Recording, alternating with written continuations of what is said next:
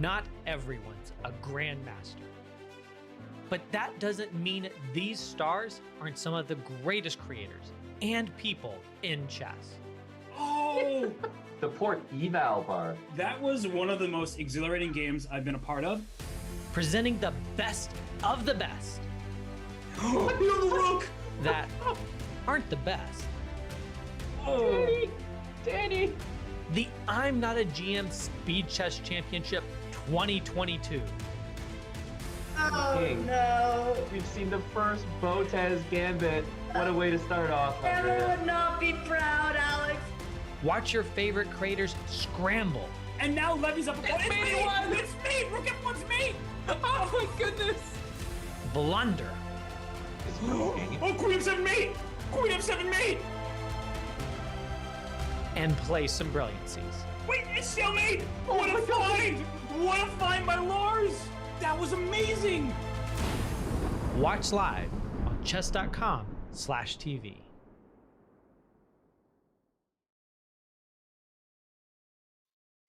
Good morning. This is the I Am Not GM Speed Chess Championship. I am Grandmaster Robert Hess. Alongside me today, my good friend, my co-commentator, Grandmaster Daniel Naroditsky. Danya, it's bright and early here on the East Coast. Well, these players, they're from the other side of the world. They are ready. They're set. And that means takeoff is soon here at the IMSCC. Well, I'm not going to lie. I would have preferred to start the day 3 hours later. But given that I'm starting my day at 7 a.m., there is no better way to do it than to watch an I Am Not a GM SCC match. Greatly looking forward to watching these two beasts duke it out. Yeah, it is going to be a great matchup. This still is the round of 16, surprisingly, when we already have some semifinalists set. But as That's we look so weird. Right? It just, it happens sometimes when players are playing OTB, that's over the board, for those of you who don't know initialisms, but that's what happens here. And if we look at the bracket, we can see in the top right-hand side of the bracket, we have Irene Sukandar, the 15 seed, taking on Bibisara Assaubayeva, the number 2 seed. The winner earns the right to play none other than Danny Wrench. Yeah, and I mean, I think Bibisara is definitely the favorite, right? She's the number 2 seed. She's a very decorated player. We know how incredible she is in Blitz. But Irene Sukandar is an international master for a reason.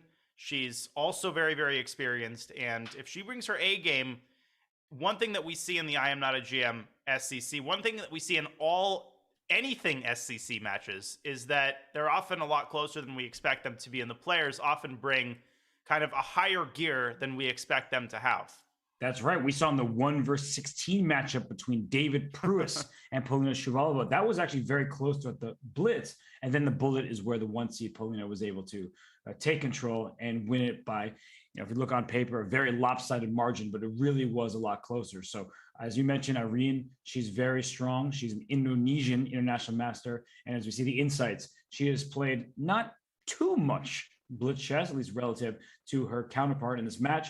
The accuracy is there for both players. But Danya, we say this time and time again, look at the bottom column there. Losses by that's a flag. 4. 45% of her losses for Irene are on the clock.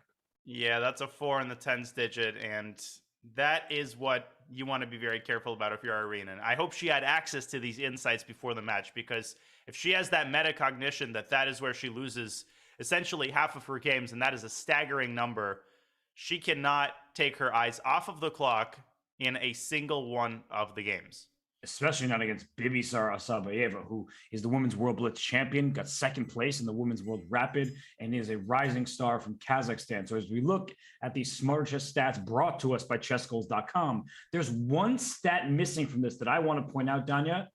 There's no victory over Dua Kipas on this graphic. I know.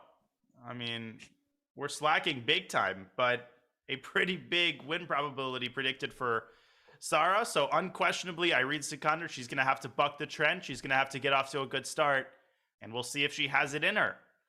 Well, we know she's capable of being the very best around the globe, and she's had some great performances, throughout the years. So she's going to have to bring her A game against Bibisara today. It obviously will not be an easy match. Bibisara despite only being 18 years old, is actually quite experienced in the online chess sphere. So we expect a fun matchup between two very strong players. And as we see them, they're on screen now.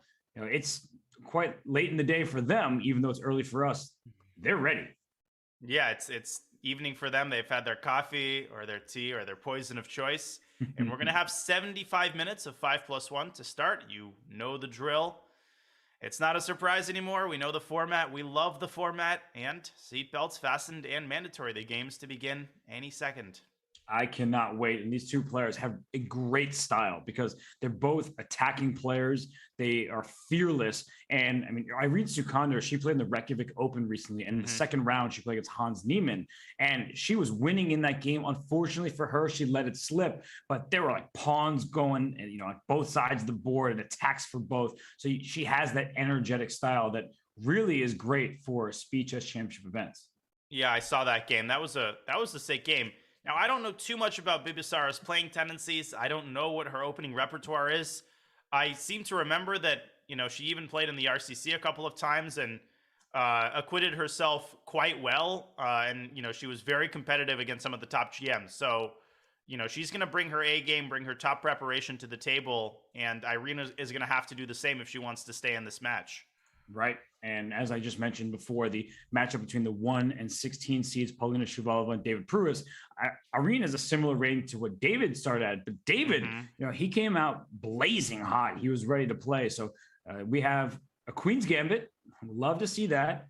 And then no response by Irina. She took a little bit of time there, Danya. So is that a sign of things to come? Just a highly unexpected C4. Right. Unnecessarily slow responses? Or is she just getting, ready? It's the first game of the match. She's 5 minutes to start with. You're not used to having that much time when you're playing online Blitz. When you're not experienced at 5-minute chess, you tend to think that, you can take 15 seconds there, 5 seconds there, no problem at all, right? You've got 5 minutes. The problem is those 5 minutes, as you learn, almost immediately evaporate in an instant, right? Before you know it, 5 minutes has turned into 3, and then 3 has turned into 1, and you're still in the middle game. So you need to save time on theoretical moves. So what Irina's doing here is already not good. This is a extremely well-known theoretical position, which she had to aim for before the match. And Robert, E6 that's not an accurate move. I'm not aware of that move. Knight B6 there, I think, is de rigueur. Yeah, no, that's a bit of a surprise. Just the time consumption. Okay, let's maybe consider she's playing the psychological play in the long game here, where she's saying, maybe I'm going to allow Bibisara to think that I'm just this slow, and then she won't recognize my second gear when it comes to the time scrambles. Yeah, and then Usain Bolt mode will be turned on. Okay, so C5. I'm not generally a fan of the structure where white is a pawn on E6 and white is a pawn on E5 and black is a pawn on E6, just because this bishop on C8 doesn't have, generally a safe haven. And the bishop from C4 can reposition back toward D3 once black has castled kingside to set up ideas of, Greek gift sacrifice and all sorts of shenanigans down this diagonal. Well, what we sort of have here is it almost looks like an Alpine Sicilian, right? Where the pawns are about to get traded, but white is left, as you said, with that much better light square bishop relative to black's on C8. Now, the potential downside of this structure is that as pieces get traded off, the pawn on E5 could be overextended. But I think your point is well taken. If that bishop could jump over the pawn to G4, then we start appreciating black's position a lot more because you're collapsing white's center. But you're not going to be able to get that pressure because that bishop is locked in there. And Bibisara does not take on C5. Instead, she develops her knight to C3. And Irene is the one who releases the central tension with C takes D4. And now you could see another transformation of the structure. If Bibisara takes on D5, that would release the bishop from the cage. On the other hand, it would set up potential tension on this knight on C6. Right. And this is what's happening. Knight takes D5, E takes D5. This is where I'm getting nervous. E takes D5 is a pre-move. Like that's what you have to get better at if you're Irene, is just pre-move E takes D5, because there's no way that's a blunder as a pre-move.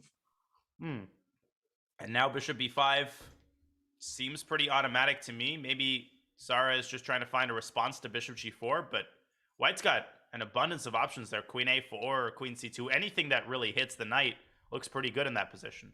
Yeah, that's She's actually thinking for a while. very forceful, in fact. And I will say, I really do believe just the players getting used to the match, the time control. This is a round of 16 matchup, Danya. So it's not like they've already breezed through one match and now in their second.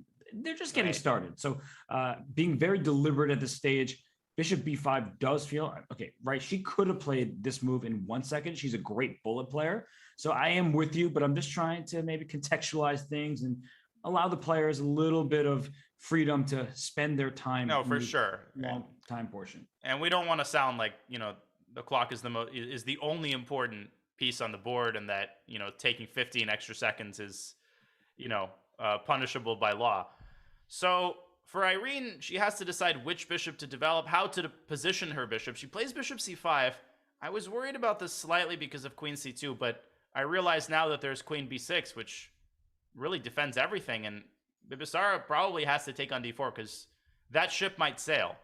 Like and there are some positions. It's funny because I'm thinking in terms of the Alep and Sicilian, and now I'm going back mentally to 1d4, where you actually leave those pawns in the center and then operate around them and towards the king side. Because if we cut the board in half, and she did take on d4, which of course is a good move, white is up a pawn from the e through h file, so you want to operate there on the king side. And if the black king goes to castle, that's when you may see some initiative. But right now, Danya, all this tension in the center, I think black needs to get rid of this pin in some manner, because white's next move, rook c1, is about to cause black some serious problems. Well, black can force a bunch of trades there. Bishop takes d4. Instead, Irene keeps the tension with castle's king side, and that achieves the aim of releasing the tension, because now the knight on d4 is hanging. That essentially forces Sara to take on c6, either with the bishop or with the knight. I guess she'll take with the bishop and then maybe play rook c1. Right, because if you take with a knight, there's bishop takes e3, but then there's knight e7 check, and we start having too early for these complications. I was about to say the same thing. This is way too soon to calculate these kind of imbalances. So bishop takes e6. Thank you very much. Thank you. It makes our lives easier. And so Danya, rook c1 next. That pawn on c6 becomes an immediate target, and we may see a position with bishops of opposite color, but that has to be better for white, because that pawn on c6 is going to be stuck in place. And a bishop on d4 for white, if there's a trade there, watch out as white aims for the king side. Yeah, and rook c1 is good not only because it clamps down on c6, but also because it controls the square in front of the pawn, which immobilizes the weakness. And as you're implying, that rook can also redouble as an attacker. It can go up to c3 and very quickly lift up to g3. You could have a clearance sacrifice if the pawn advances to e6. You could imagine the bishop aiming on g7. So Irene needs to be incredibly careful here, and I don't like bishop a6. That gives the f5 square away.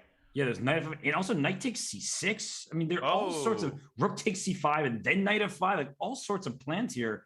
And look at that, the simple. Oh, no. There has to be a winning move here for white. Yeah, just rook takes c5 and knight f5. Yeah, and you're just time to activate the demolition crew. Queen b4 there. So if you take knight f5, queen b4, a3 maybe. Oh my gosh! And queen g4, there's knight e7 check at the end that you don't win the rook completely because the bishop on a6 still stands. So maybe the problem with a3 is that black still has one square on the fourth rank, which is e4. So if you can chase the queen somehow without allowing queen e4, then you'll pave the way for queen g4. Maybe bishop d2. Ah, okay. And if queen takes d2, and now queen g4, and you've got totally decisive. I mean, look at this. Look at the dark squares. Ugh. Right. Bishop g5 to f6. Yeah, that's just very one-sided. So Sara plays the immediate knight f5, which also looks pretty darn good. I mean, simply rook takes e3 and then swing the rook to g3. The knight is a perfectly capable attacker, even in the absence of the dark squared bishop. It's funny, Daniel, you're joining me in this tendency that I've had for a long time. Knight f5 is a great move, and it's simple. But it's like, come on, let's sacrifice pieces. They're not ours. Let's just sacrifice in exchange. This is great. Rook g3, as you mentioned. Knight e7 check is still a fork, netting material. And it seems that there's nothing that black can really do. That bishop on a6 is useless. That knight on f5 is just aiming to destroy black's kingside. Yeah, this is a terrifying situation where black's pieces are totally discombobulated and scattered on the queen side. And Irene is trying to goad white into getting an exchange, which, by the way, is not such a bad option. White is still winning even there. which is kind of depressing. But I'm positive that White can squeeze more out of this position. I don't know if Bibisara needs to do that, given that she has 45 seconds. Oh yeah, actually wasn't even looking at the clock. Thank you for reminding me. 40 seconds. This is where C3. That's an odd move. Right. It seems completely unnecessary. Knight E7 check, maybe just off her radar. Yeah, that was an exchange. I mean, she could have played Rook C3 after first taking the Rook. Yeah, maybe she's just looking at Queen G4, forcing G6, then playing Queen G5 and delivering that kind of checkmate in the dark squares that we were talking about in some of the other variations. Yeah, and you can see the eval bar. White is still in excellent shape, but this gives Irene a brief respite. No, Queen E2, then trade in 97. So maybe Rook CE8. Yeah, just running away does make sense here. And it takes away the E7 check and Queen B7. Okay, now there's another fork if you want it. Oh, goodness. Yeah, you get Queen G4 first, G6. I could play F6 if that looks terrible. So G6 play, then Knight D6.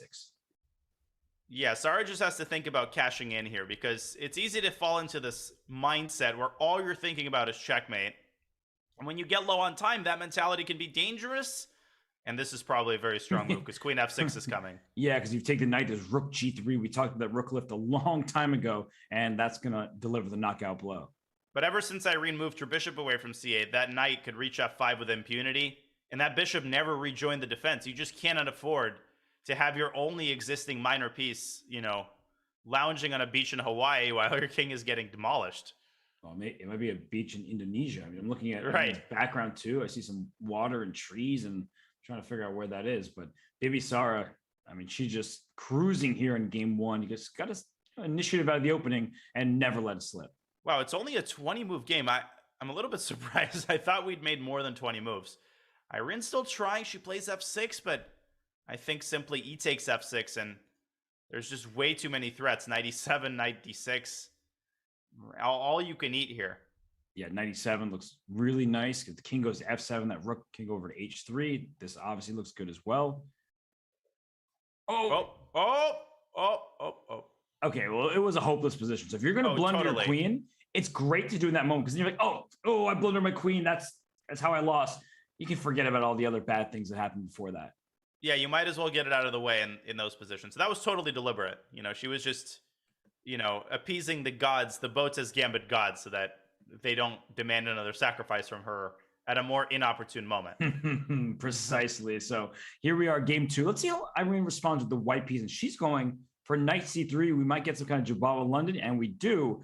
And Irene and Eric Rosen, they're very good friends, I know. So, I mean, is there some Eric influence with some of these offbeat openings? Yeah. I mean, everybody and their brother is playing the Jababa London now, so it's hard to say, but not unlikely for sure. My brother doesn't play the Jababa London. What does he play? I would peg him as just a London player. No Jababa. Why do you got to throw my brother on the bus like that? He does not play the London.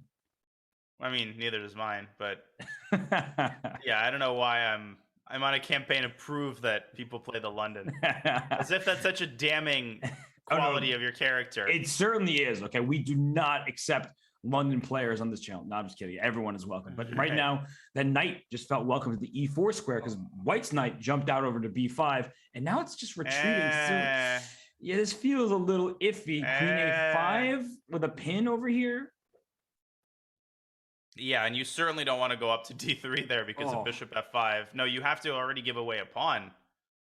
And somehow the eval bar is not... Oh, so maybe what you want to do is go Bishop D3 and then Queen D2? Mm-hmm. Or Bishop takes A6, sort of a similar thing. But now the pawn is just gone, right? Knight C3, pawn takes, queen takes. What's the downside here for black? Yeah. I guess just like Rook B1, and it's hard for black to get her bishop out of C8, and it's hard to, you can't put the rook on B8 either because the bishop's controlling that square. So that's a common situation which occurs in the London. Like you have a hard time moving your pieces out of the queen side. Okay, so step one, take the knight. Now rook B1. I don't know about that move. Well, bishop F5 is available, but still, white controls the only open file. So black's extra pawn is sitting there on A7, and that's not the greatest thing in the world. So I think that right now Irene can she even consider a move like, okay, rook B7 directly. I was saying a different move, but that looks actually way better than what I could have possibly suggested. And Irene very correctly not caring about the c2 pawn. If black just gobbles up this pawn, then she's going to get herself in a lot more trouble than she started with after queen c1. And now you're pinned all over the place, and knight e1 is a devastating threat. Right, and e7 is still hanging, so no rooks coming to b8 either. Everything is a problem in that position for black. 2 extra pawns, but many more problems. So rook e8, and now what for Irene? She could even play queen to b1 or something, like just trying to get towards the queen side. That pawn c2, it feels difficult to capture because you have to take with the queen, and maybe there even queen trades won't be so bad for white. But 95 played, and but I was wondering what she does if black just plays f6. Moves the knight back, and then black plays e5 and starts taking over. Yeah, and I actually think that favors black. Right, agreed. So I think knight e5 is the kind of move that looks good, and it looks like white's expanding, but your move queen b1, doing it from a distance and keeping your minor pieces at a distance so that they don't get tangled up with black's pawns, I thought that would have been a more prudent strategy. But let's see if Sara actually plays f6. Yeah, it's a move that she knows she's been told never to play, so right, it makes it more nefarious forces. Right. But f6. So after f6, is it like a knight g4 that might deter her from playing yet? Like that knight has a bunch of places it can go. Knight d3 is very logical, just blocking the bishop's access to c2. But knight g4 suddenly threatens things like knight h6 check, and that just could be annoying when black doesn't have too many defenders over on the king side. Black does have the move g5 though there, and Irene goes back to d3. So I think we're about to see e5, and we do. And if you have to take on e5, then that is a really, really bad sign, because then black's entire center opens up and potentially will swallow up all of white's pieces. But maybe we're overestimating just how good this is for black in a sense, because as this bishop moves away from the attack, let's say bishop to g3. Oh, I have a crazy idea, but go ahead. What's your crazy idea? I was gonna rook g7.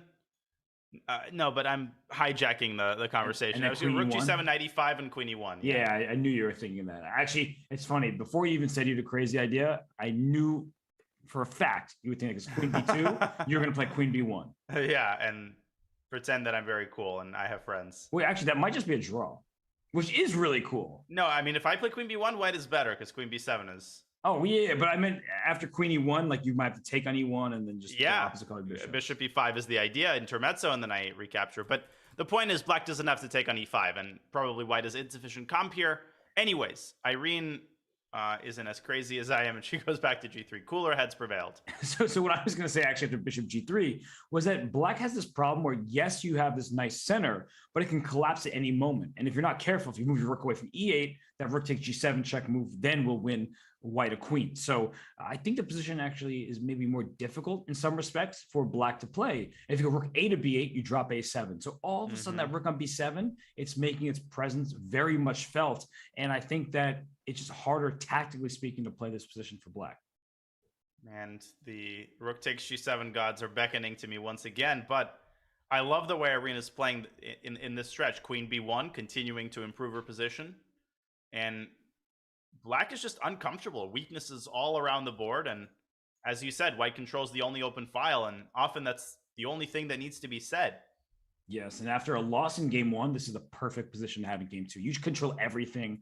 Your opponent stole a pawn that you kind of volunteered, but nonetheless, you're in a position where black just doesn't have the same play. Look at those rooks on A and E8, not really doing all that much. And the pieces you have highlighted on the board here, the rook leading the way, the queen behind it, and ready to join the party. And black, even finding a move here isn't easy. I mean, maybe queen back to d6, but then I would, most certainly and most vehemently consider the sacrifice, followed by knight takes e5. Here bishop e... No, takes, and bishop and then e5. maybe bishop e5 and queen b7. Right. The rook on 8 is loose back there. My tactics are better than I expected for this hour in the morning. No, I expect you to have good tactics. That's why I let you control the mouse today. And so rook takes g7 is a great idea. Another idea that makes sense is even like calm moves like queen to b2, because that pawn cannot go up to e4. That walks right into checkmate because the rook on b7 is aiming at that. Queen b2 is the kind of move you play as you take a sugar cube with the tweezers and dip it into your tea and just sort of lean back. And, sort of enjoy your life, Queen b2. And you pretend you're Lawrence Trent in the park in London. But you play knight takes c5. I don't know any of that came from. It's okay. I forgive you. And That wasn't bad, actually. Okay. As far as my British accents go, that was better than usual. But this is amazing play by Irene. I mean, spotting queen b7, and now the queen's going to come to a1 if you play rook b8. And Bibisara starting to lose all her pawns. Those dark squares are a problem. Queen f6 here can be met by knight takes c6, as you're indicating. But I was wondering if you want to keep the queens on the board with like a queen c3 type of move and just maintain the initiative. And it's a moot point because the king moved back. And how is that knight going to help with the queen? You would like to play knight h6 here. That would be devastating. But if you move your knight to g4, it obviously will be captured. What's the material count? So it's 6 on 6. Material is actually equal, which I didn't realize that. I'm a little disappointed on Irene's behalf. For some reason, I thought she was up a pawn by now. So and if material is equal, then black is okay, I think, after c5 here. It's not the end of the world for Sara. Well, the reason black's okay is there's one really open file here. It's the B file, and black controls it. So it's been a turn of the tides on that line. And so if the queen goes to f4, you're walking into a potential pin, and then this rook at some point can land on b2 or on b4. So all of a sudden, I'm seeing the play here for Bibisara, and Irene. She probably should have started with queen c3 if that's where her queen ultimately lands. Yeah, and she drops it back to c3. Now, a lot of people would be tempted by the move d4, and it should probably be considered, but ed4, cd4, there are plenty of spots for the queen. You can go up to c4, you can go to the side to g3, so it's not the end of the world for white. No, now 20 seconds for Sara. That's exactly what I was saying. That might be the end of the world for Bibisara. She plays rook e8, so f4 here. You can just stabilize that knight in the center, and she goes back to Irene. I feel like maybe it's a little bit too timid. The evaluation bar still says that white's doing well, but I like the move f4, just keeping that knight active. Bishop b4, chasing the knight further, and it might drop back to d2. And I would try to get a rook to b1 if and when you can. Well, you can. Next move, bishop drops back to f5. Well, not now.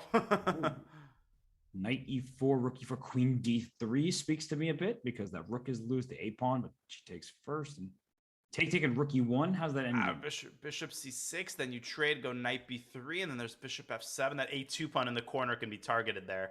But I still think white is in great shape because you're essentially up a pawn. Those double a pawns are, not of the same quality as. Oh, great move! Irene is so precise here because now after bishop f7, your knight is not tied down. You can go a3. Yes, and this should be a pretty elementary win. And f4, stopping the further progress of the king. I mean, look at this technique. Yeah, g3. G3 is great. Don't go pawn hunting. Knight c6 may end up with your knight getting trapped over there in a7. So don't be greedy. Don't go after that pawn. You're already up one. Protect that pawn, bring your king up, and use your c pawn to win this game. Right. And Irene taking your time here. Any knight versus bishop endgames, they're always tricky. But it's funny because it's 4 on 3 pawns, but it's really like white's up 2 pawns. Those double a pawns. This is why we don't like double pawns in the end game, because those 2 pawns are doing the same job as one, and white has an f and a c pawn, and will start pushing them both. Yeah, I kept trying to highlight them, but they were physically slipping away from me because Bibisara was moving them. But they're not moving very effectively. H4. I don't know why knight e2 was necessary. I mean, king d3 and c4 looked perfectly sufficient. Like you said, you could even sacrifice one of your quote-unquote extra pawns and get into a pawn endgame, which is going to be completely winning. Well, knight g3 is a perfect square, keeping that king out of f5 or h5, and that means the pawns on the king side are untouchable, and now here comes the pawn. This is resignable. c4, d5, anything. Just keep your knight on g3. Don't allow black's king to get in. Whatever you do, do not lose the h pawn. That's the one thing that could go wrong. And I'm trying to see Irene's speed. She's well ahead in the clock, so we don't have to worry about that for her in this game.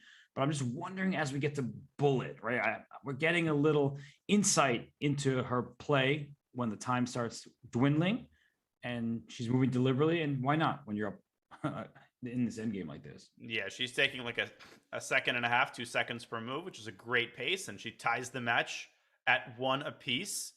Despite that iffy opening, that was an incredibly well played game. No, I thought she did a great job. And I think what's super important in these like 2-15 matchups, especially with someone who's, look at her blitz rating, right? She's almost 300 points lower rated. That's misleading just based on playing strength.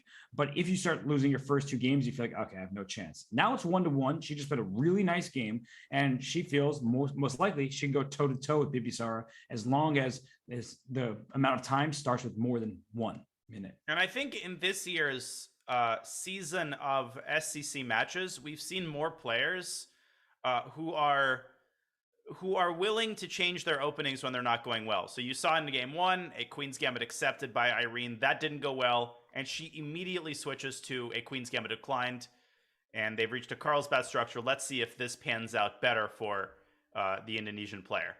Yes, so it's a locked position for now. We look at the pawn chains. Black's aiming towards the center via B7. White's aiming towards the center starting on F2. So you tend to play towards the side, that your pawn chain is directing. So Black playing here towards the king side, and White often operates towards the queen side with a pawn minority attack in the Carlsbad structure, as you're indicating with a pawn push to B5.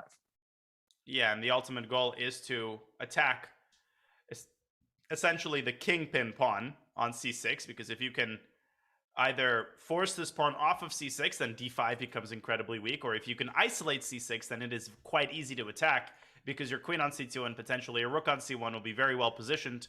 And there we go. And why doesn't even play rook A B1? She just plays B4 immediately. Because she understands the knight on E4 is a little bit loose. So exactly as you're showing, knight takes E4 after queen takes B4 will get White that pawn back, and then White has 2 central pawns, Black will have none. So what you just said there, I think, is a really good illustration when you're going after the C6 pawn, is a pawn chain is as strong as its base pawn. The B7 pawn, very hard to get to. C6, much easier of a target from White's perspective, and that's why B4 to B5 is such a good idea. And that's why Irene takes on B4, but after knight E4, DE, bishop E4, I think that I like White's position with White's better. Center. No question that White is better. And in addition to getting that free pawn in the center, well, not a free pawn, but an extra pawn in the center, White is going to have easy and clear pressure down the b file. You can put a rook on b1, and you're going to get a similar situation to the previous game where Black might have a hard time getting this bishop out of the gates. Oh, bishop takes e4. For some reason, I thought she would have taken with the knight, but I can understand this.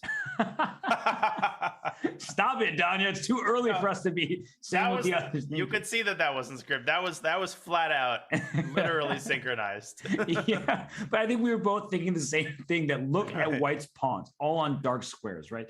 If you can plant a knight on a dark square against a light square bishop, then the knights will be dominant. So. Well, I saw the c5 square, and I was like, oh, she wants to put the knight on c5, so I can understand this decision. Yeah, there's an e5 square, a c5 square, maybe eventually the d6 square. And yeah, it just feels like this was actually a very good decision by Bibisara. And we went to this, we prefer bishops over knights mindset. And she's like, let's think about this. And I really appreciate that she slowed down in that moment, because look at this position, Dino. With the knight c5, their idea is a4, a5, rook to b1, aiming right for the b7 pawn. And that bishop on c8 cannot easily get out of there with b7 being loose.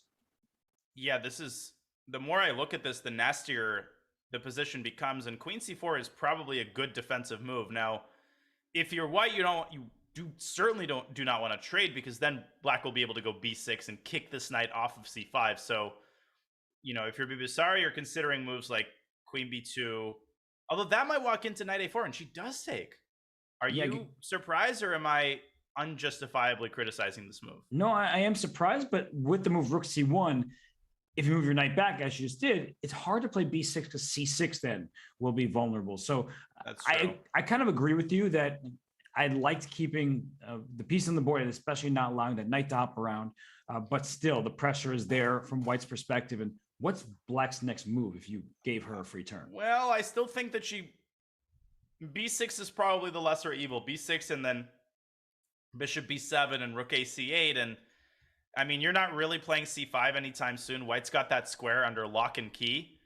But I also hate the reality of just leaving the knight on c5 and allowing it to clamp down on your position. Maybe you can just play bishop f5 if you're given the opportunity.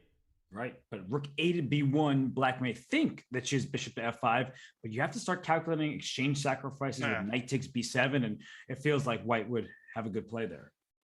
Knight e5 inducing f6, and Where is Sarah going to put her knight in the event of f6? I think Irene won't resist the temptation. F6 is also just a good move if you think about it conceptually, because you have a light square bishop. So having pawns on dark squares will kick the knights out in a way the bishop can't. But she plays bishop e6, keeping the rook on a1 a bit tied down, because a2 would be loose if you went rook a to b1, a very natural looking move. And what would you play here, Danya? Because the knight can capture on e6, but I think we both don't really want to capture that piece. Though if rook a b1 is the follow-up, how are you really going to defend the b7 pawn? Yeah, I actually probably would have taken on e6 and maybe even gotten the other knight around to c5 eventually through d3. But Sarah plays a4, freeing up her rook on a1. Now rook a b1 is possible. And at some point, black is going to start kicking these knights away. And the question is going to be, what is the pawn structure going to look like after all of these moves are made and the smoke is cleared? Can black hold the weakness on c6? Can black prevent these knights from generating newfound activity wherever they end up going? And now we're thinking about the f3 for white here, because you want to slide your king to f2 and play e4, but f3 runs right into f6, and then e3 is loose. So you would like to expand there where you have extra pawns for white. You just have to be deliberate about it. Rook a to b1 played, and if b6, in comes the knight to a6, threatening a fork on c7, and knight retreat to b4, hitting the c6 pawn. So f6 first, that's a good way to start, Danya. And now the knight goes... Does it go back to, if it goes back to d3, then there's like b6, bishop e4. That could be a bit uncomfortable for white to deal with. Yeah, f6 is the less committal move, so it makes sense to start with that. And so far in the match, Irene has been, steadily ahead on the clock. She's up over a minute here, and I think she's looking as good as she has in the last 10 moves. Yeah, I think she's well aware that come bullet time, it's going to be Bibisara's show, and we'll see if Irene can keep pace. But for now, I think Irene's doing an excellent job. She can play rook e7 if she doesn't want to commit herself to b6.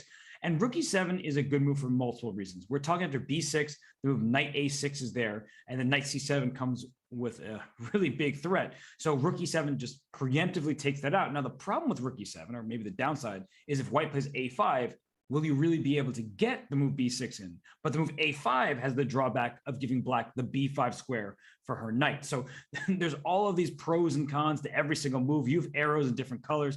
Thank you for that artistic display. So rook e7 is step one. But Danya, I feel like it's not that easy for Bibisara to prove anything here. And that's frustrating when you feel like you have an advantage and now you're down a full minute on the clock and under a minute yourself. Well, one of the hidden problems here is that there's only one weakness, right? That's where the principle of two weaknesses comes from. Black can dedicate all of her efforts to defending b7 and to making sure that white is not going to put more pressure on that pawn. And the battle is going to revolve around who flinches first on the queen side. Is black going to go b6? And if and when black does go b6, will Irene be able to hold on to her pawn on c6? For the time being, black can improve her position with king f7, or maybe even f5, although I would hesitate to weaken the e5 square like that. Right. So let's see how Irene handles this position. It's still unpleasant for black. I still would prefer white any day of the week here. Right. All pawn pushes leave the square previously covered behind. And so the move f5, as you mentioned, gives white the e5 square. So I would like to be able to play f3 for white, because it takes away the e4 square and threatens pawn push to e4, likely inducing f5. But look at Irene's pieces. You can't play f3 anytime soon. E3 would immediately drop. She goes rook a e8, aiming at the e3 pawn and essentially permanently preventing f3, at least for the time being. Yeah, and rook b2 played by Bibisara is a very calm move, thinking rook c to b1 perhaps, or rook b to c2 if black is going to play b6. So it's a flexible move where you're not sure where those rooks are going to double. But now we have a bullet game, and white's play is a lot easier, because as you're indicating, rook b1 is coming. The moment you play b6, that opens a can of worms that Irene has not been willing to open thus far in this game. And another can of worms is that she's got 30 seconds and she still hasn't made a move. Right. She finally plays g5, but here comes rook cb1. There's that, and there's also the move knight b1, which is not out of the question. Retreating the knight to hop forward to c3, because the knight on d2 is not doing anything. Let's get that knight to c3 and then maybe take that bishop away on d5. Absolutely. Okay, well, either way, she's got to make a decision. Yeah, I was about to say, now it's Bibisara's turn to think. I like that move, g5. Don't count on it. Black counter with h5, g4, h4, pawn pushes on the king side. And here's that knight a6 note, and knight d3, same idea. This time Irene could go. Oh no, what am I saying? The pawn is undefended. Sorry. Yeah. No. I get it. Don't worry about it. So the b6 pawn, is a little bit tender, so you can't push the a pawn. But knight c4, just trading up pieces, and that e5 square being covered is huge for Irene. Oh, massive. But the knight could jump to b4 after the trade, and I guess in that position, black has c5, and the knight is totally dominated by that bishop on c4. Amazing. Yeah, the knight can, you can take on c5, go knight to c6, just hop that knight around a bunch. But yeah, you just do need to something. move quickly. 7 seconds. And we're going to see that on the board. Well, we see a pre-move dc5. That's what I'm wondering right now. Is that pre-move by Bibisara? We'll see how she's feeling bullet-wise today. Irene taking way too long on that move. You do not want to play the passive rook c8. And essentially a pre-move. She maybe took half a second, and now knight c6, knight a5 is coming. There's rook b8 if you really want to play that move, but knight a5 is, of course, reason. Bishop d3 now. Right, and black is not only better on the board, but also the side with a passed pawn, and these bullet scrambles, these time scrambles generally has the favorable structure, but she's got 3 seconds. She's moving so slowly, and she's allowed it.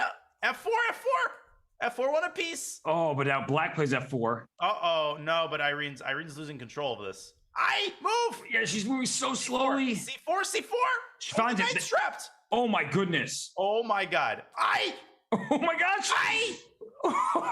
Okay, she sped up there. You see that? Oh, why did she resign though? Wow. I would play that. Yeah, that was too much respect to Irene because Bibisara is a very good bullet player. Her rating is either in the 26 or 2700, but she resigned there after Irene was taking like 0.8 seconds every turn, could flag any move. That was very strange, and I guess Bibisara was just frustrated that she lost that knight on a5. The ironic thing is Irene could have lost her bishop. Sara didn't play g4, and Irene did play c4, and the knight on a5 was trapped. What a win!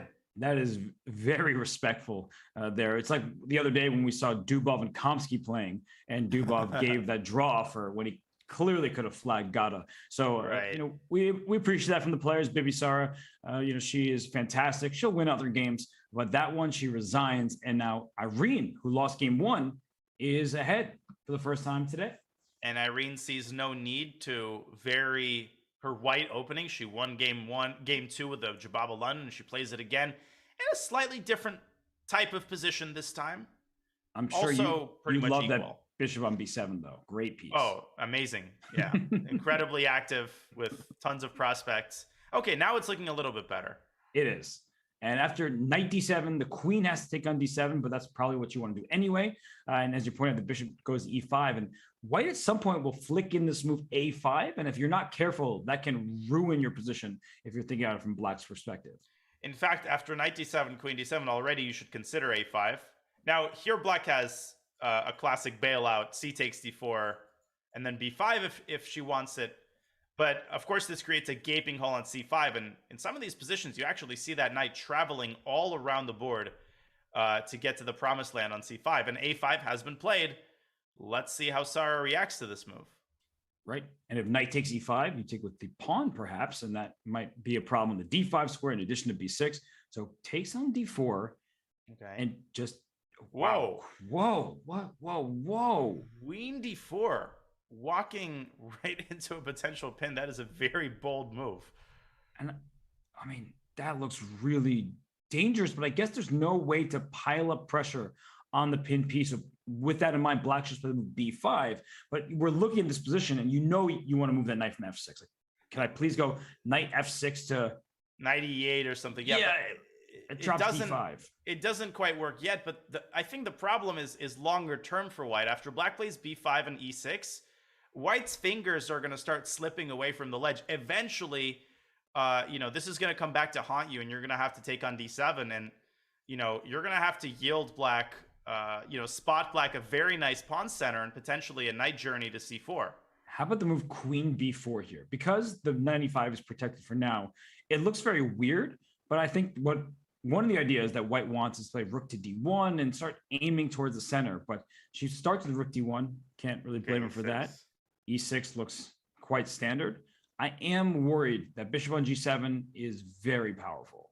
And now knight e8 could be something to contend with, because I don't know how you're going to release yourself from this pin if black plays knight e8. So This is the last stop before, before death time. You got to play queen b4, knight takes d7 or something, because the top priority here is to avoid losing a piece. Yeah, if Black had a free turn, 98, as you're saying, I don't really see how White keeps everything together. So knight, she was e4. Wow. I don't mind because I'm exploding the center, and that looks like a good try because there's all this pressure on the D file. Oh my god, DE is so wild. Again, way too early for these complications. Yeah, we're just waking up here, but the players are already going toe-to-toe, and they are ready for fights. No draws thus far. 2 wins for Irene, 1 for Bibisara. And after e4, it's anybody's game, and they are doing perfectly fine on the clock. Still 3.5 minutes for Irene. She gets out to the lead on the clock every single game. And for Bibisara, she looked faster down the stretch, even though she did resign in a position we probably thought she could have tried to flag her opponent. So are there alternatives to d takes e4? I don't know if there are. Now, d4, knight e4, knight d5 is something I'm trying to wrap my head around, and then White can go knight d6. I guess there are alternatives, and Bibisara plays the very calm move queen e7, and I think her idea is that after e takes e5, she's going to take with the knight. Why is the queen on e7 good? Because in the event of knight takes d5, Black suddenly takes with the pawn and piles up with everything that she's got on that knight on e5, and I think Black just wins that knight on e5 in this line. Right, because rook e1, rook e8, and that knight is going down. And knight takes d7, there is an intermezzo, winning both of White's rooks and then picking up the queen. Not with a rook, with the bishop. I don't know why I drew that arrow. It looked good. So queen e7, a very nice decision by Bibisara. And now do you take on d7? I don't know what to do about this diagonal, right? It seems like Irene is unbothered, and if the king goes to h8, the diagonal is full. That would be cool, but king h8 is a completely useless move. But the diagonal has a lot of tension on it, and yet Irene has to this point has not seemed bothered. There's also tension in the d file, and that's why Bibisara played the cool queen e7. So, Daniel, as you look at this, e takes d5 probably tempting, but after we just point out those trades, the knight on e5 is loose. So, what other moves are available to Irene? Well, Irene created the monster that's pursuing her right now. This pin against the knight on e5, that was her doing. She took on d4 with the queen when she could have taken with the pawn. In terms of how she extricates herself from this, maybe you play knight takes d7. And then after knight takes d7, I was going to say drop the queen back to d2, as anticlimactic and ugly as that looks. Yeah, then Black's just pushing d4 and e5 and taking over the board. Yeah. But she, I guess, is going for this. Yeah, I mean, d4, knight e2. Black is better without question, but at least all of your limbs are intact. Ooh, this I don't know about. Yeah, we were talking about in the earlier game, that pawn being overextended. You're pointing out f6. I was thinking trying to win it, and she was rook. This. Nice move, rook c4, rook c8, b4 coming for Black. And the bishop on f4 is loose, the e5 pawn is loose, and the c2 pawn, all of it's a problem. Yeah, this is one of those positions where it looks kind of good for White to have this pawn on e5, but all of the other circumstances of the position are in Black's favor, just concretely. White's not able to hold all of the parts of the board, and a case in point is that Black can play b4 and just pick up the pawn on c2. Breakfast, anyone? I mean, it is early and I haven't eaten, so yeah, thank you. What are you making? I'm not eating anything at all. I'm probably going to have an apple maximum. Well, look at that. Did you see that, by the way? The eval bar dropped from like -2 to minus. I don't understand that. Why? Well, I understand it. It's that bishop on b7 being a horrible piece. So this happens in the French defense a lot. And I know we pick on the French, but it actually is relevant here. So there is a missing pawn for White on the d file, but the knight on d4 blockades that extra pawn. So it's not like its presence is really the end of the world. And look at White aiming towards the king side. Please take my pawn on h4. I'll play bishop g5 and trap your queen. If you don't take my pawn on h4, I can use as a battering ram with pawn to h5. I can push my g pawn, put my king up on g2, a rook on h1, and I'm going to attack. Yeah, Irene doing what she has to do. Her time is... She's got time. You know, Black is going to take a while to consolidate here. Rook c8, maybe knight c5. But White also can't dilly-dally. And Irene is doing a good job of trying to create counterplay on the king side. Now, you can't really go g4 here, because Black can probably take on h4. So maybe the patient g3 is what's called for here. for Irene as she drops to a minute on the clock. I was about to say you can be patient, but you have to play quickly. So you can play patiently over the board, but don't be too slow. Here comes King G2, Rook H1, then G4. And we see the attack. It's building up, and it's actually not easy to deal with. So Rook C8 looks good, sure. Bishop E2, she's going to reroute that bishop first. Where is it going? I'm not sure. What is the purpose of this move is what I'm trying to figure out. Maybe... I don't understand. King G2 or Rook H1. Because once White had played G4, that attack was nothing to sneeze at. I mean, that attack was going through fast. And Bibisara, Knight B8, trying to get the knight around to C6. If you play King G2 and Knight C6 is played and White takes, it just shows really quickly. I would play D4 instead of taking back on C6. Oh, opening up the diag.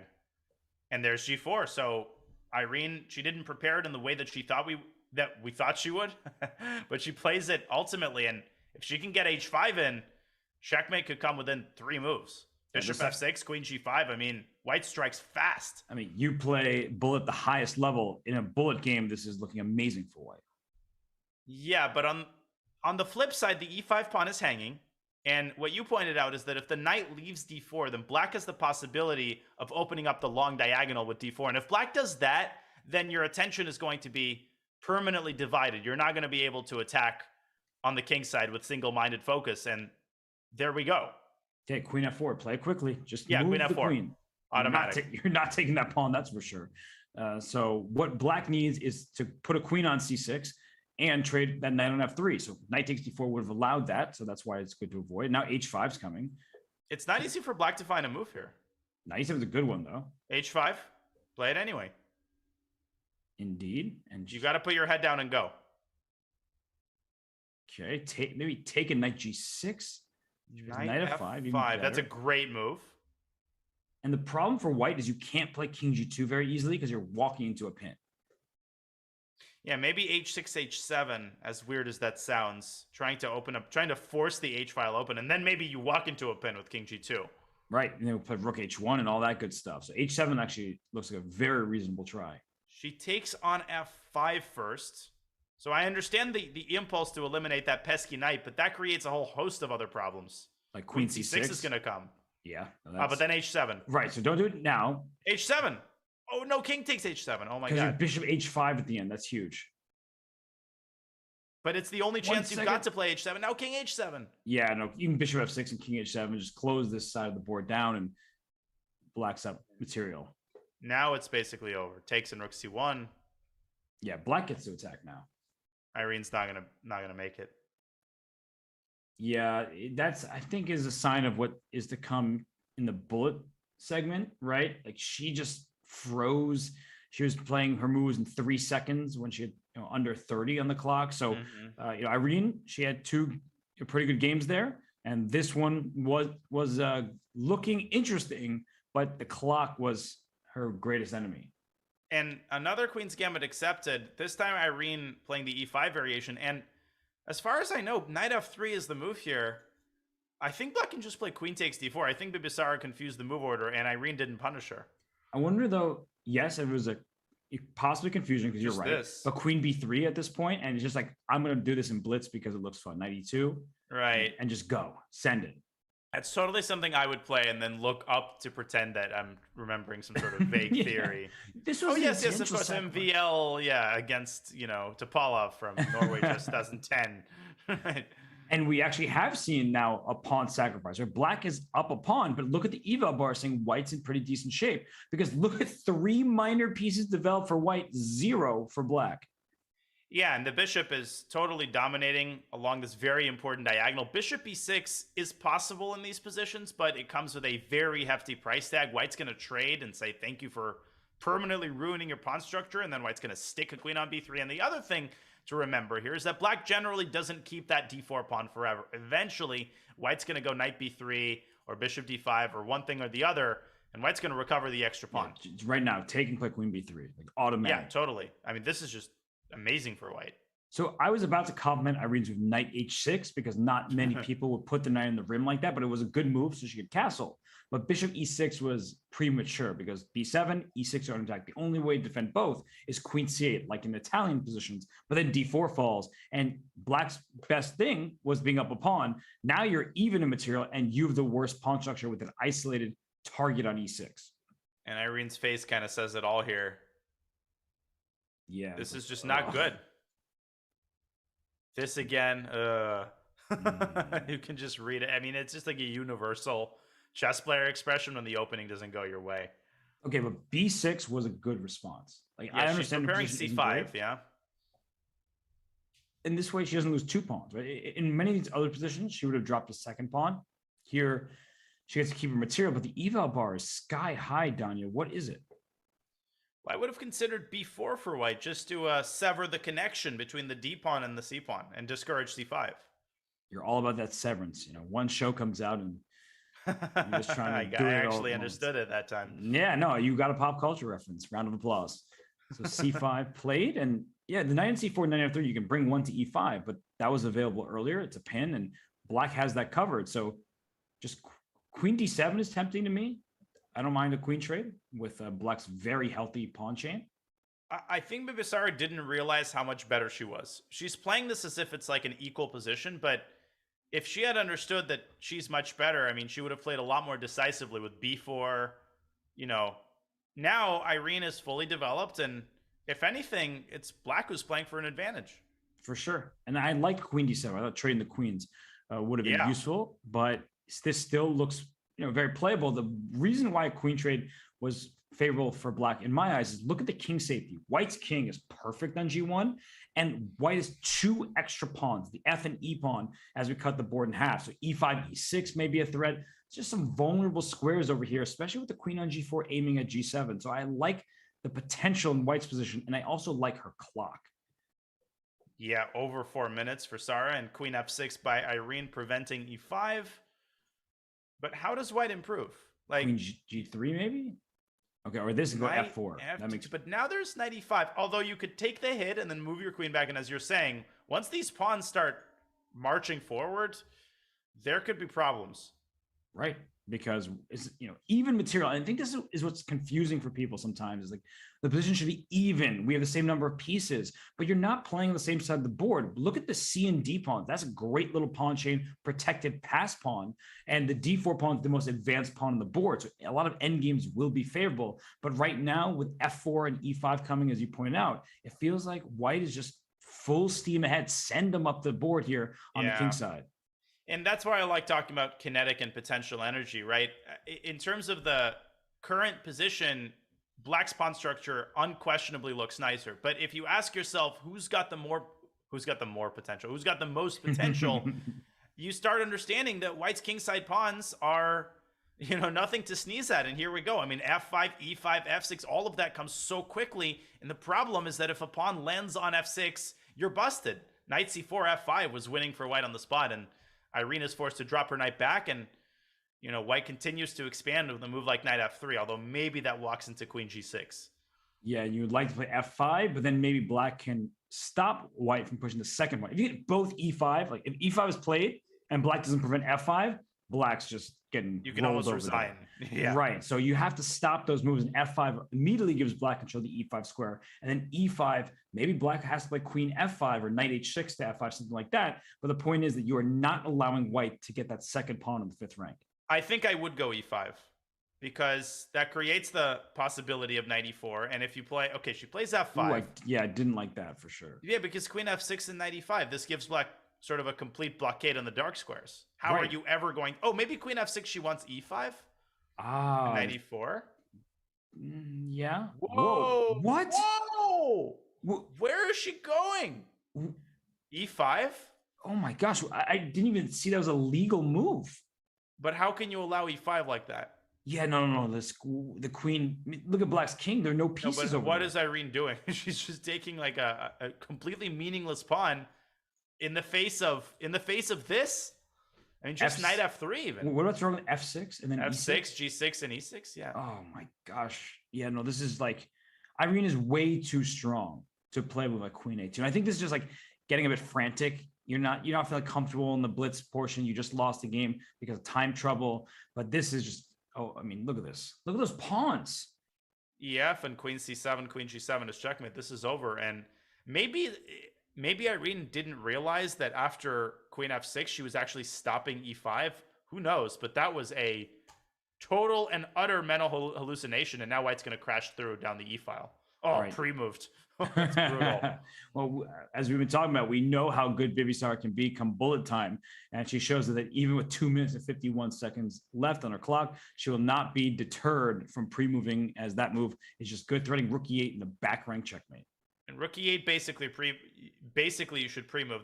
A funny line is that after rook f8, if you try to get fancy with queen b8 and say, oh, I'm going to distract the rook and then checkmate you, what you're going to do is you're going to lose the game because of queen takes c1 check. Very easy kind of concept to miss. So white should keep it real and play rook e8. Yeah. Regardless. Rook e8 is about to be played, I'm sure. Or king h2 if you want to set up queen b8. But again, no need for that kind of stuff. You're a little too fancy, Danya.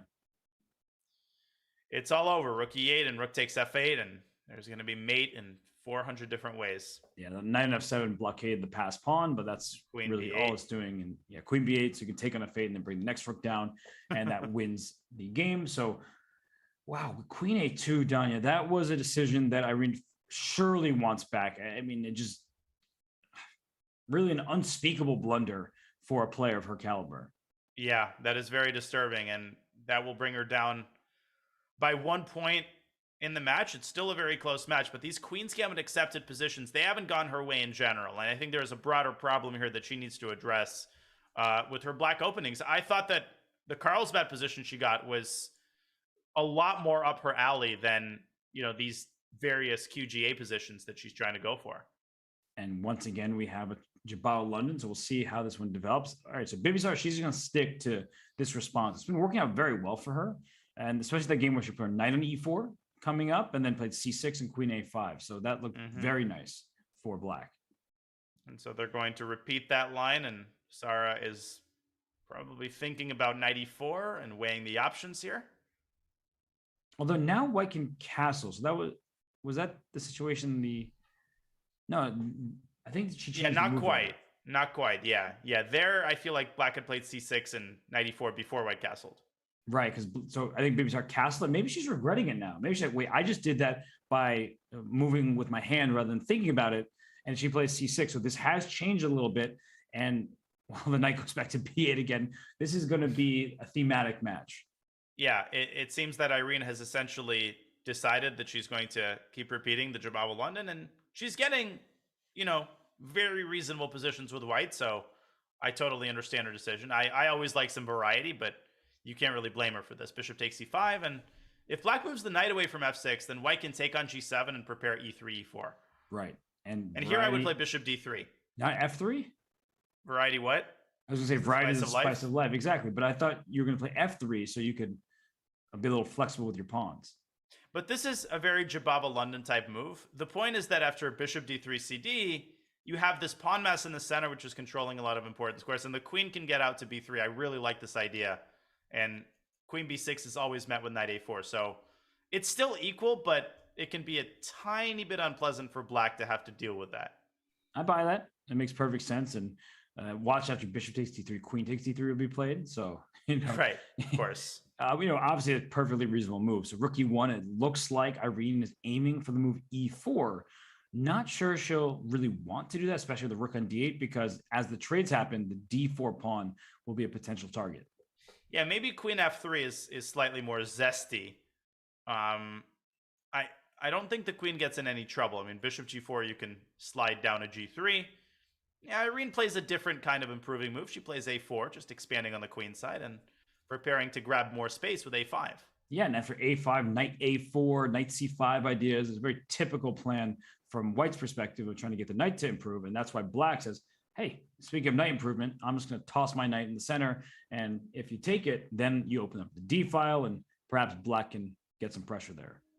I would still probably take it. Bishop takes c4, sure. d takes e4, then trade dark squared bishops and maybe continue with your expansion campaign, go a5 and, you know, find a space for the queen. Maybe go even queen b1, queen a2 or something.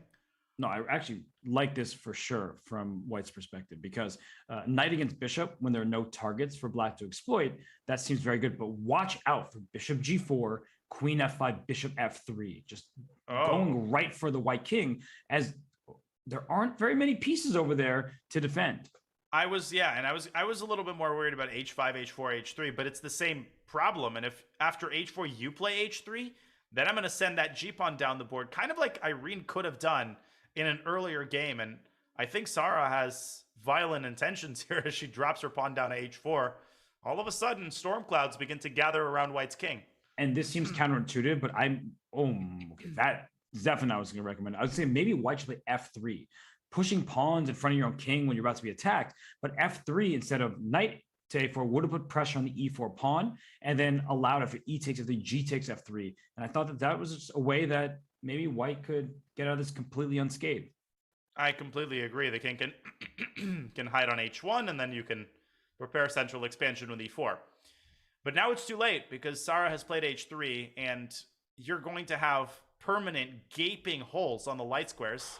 On the king side, you might not get mated in the next 5 moves, but you might get mated in 15. So we know that Irene's going to sit her queen on f1 because otherwise there will be a queen for black landing on f3 and going for checkmate. So there definitely is not an immediate checkmate. And if White can then like push those pawns on the queen side, open up that side of the board while black is distracted going for checkmate, there is some potential there, right? We think that over being attacked, we need to get in our turtle shell.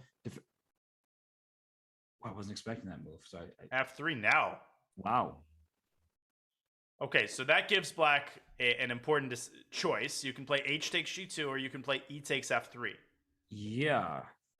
Which one of those catches your eye? If hg2, f takes e4, you could put like bishop h3 to keep that g2 pawn, and then play f5 as black. It looks very strange, but you need to open up the f file to land a rook on f1. Uh-huh. You could also play hg, fe, and then bishop g4, and just jettison the pawn on g2, and then just kind of go for the long-term attack on the h file, rook h8, and then try to double rooks. And I'm just not sure that White has sufficient firepower on the king side to defend against the oncoming attack. I'm kind of into that. And I was about to say, I feel like she's going to take on f3 based on how much time she was spending, because that attack wasn't clear cut. There was no like, I see a way for me to break through, to attack and checkmate. So I understand the decision because it keeps material equality. But just because the pawn count is even doesn't mean that the position is necessarily going your way. And look at White's pawn structure. It's actually quite compact despite missing a G pawn. So as this game continues, Danya, yes, black is ahead for now, but that pawn on h3 in most endgames is just a liability. But I don't really understand knight b3. I thought Irene should have involved her knight through d3. I guess she's getting it into the game via d2 and then potentially e4. But this gives Sarah some time to expand on the queen side now. Although White goes c3 and White is still pretty solid. So this isn't too bad for Irene. I think we're going to see rook h8 at some point, and Sarah might try to lift her rook all the way around to g2. Danya, I know what the eval bar says. I actually think I would take White in this game. As really, weird really? As, yeah, I'm looking at the clock. I'm looking at the kind of long-term potential where if there's no checkmate coming, and I don't see a huge attack for black, that especially if these queens come off the board, and I keep fixating on that, I'm sorry, but if the queens come off the board, black I think is in tough shape, and that's why I love the move rook to d5. It's a great move by Bibisara. Yeah, knight e4, queen c7. I'm playing queen f2 in a heartbeat. Oh, and potentially queen g3. I see what you're saying. You've also got the a file, and the b6 pawn is a weakness. So if White can solve the immediate short-term problems with her king, then in the long run, you know, White's got certain very sizable advantages here that you could try to put to use. Right. So that's sort of where my mind is at. And maybe I'm a little, like I said, too fixated on that idea, but I just don't see how black increases the pressure. Like what ideas can, okay, rook g5 is a one move threat. Rook takes g3. Is it really even a threat? I'm not so sure. So not really. I don't think it is. But queen f2 is good anyway. Right. And f4 I would not play because that creates a target and opens up that long diagonal that, you know, it's tempting to attack a rook, but you're going to regret the consequence of that move.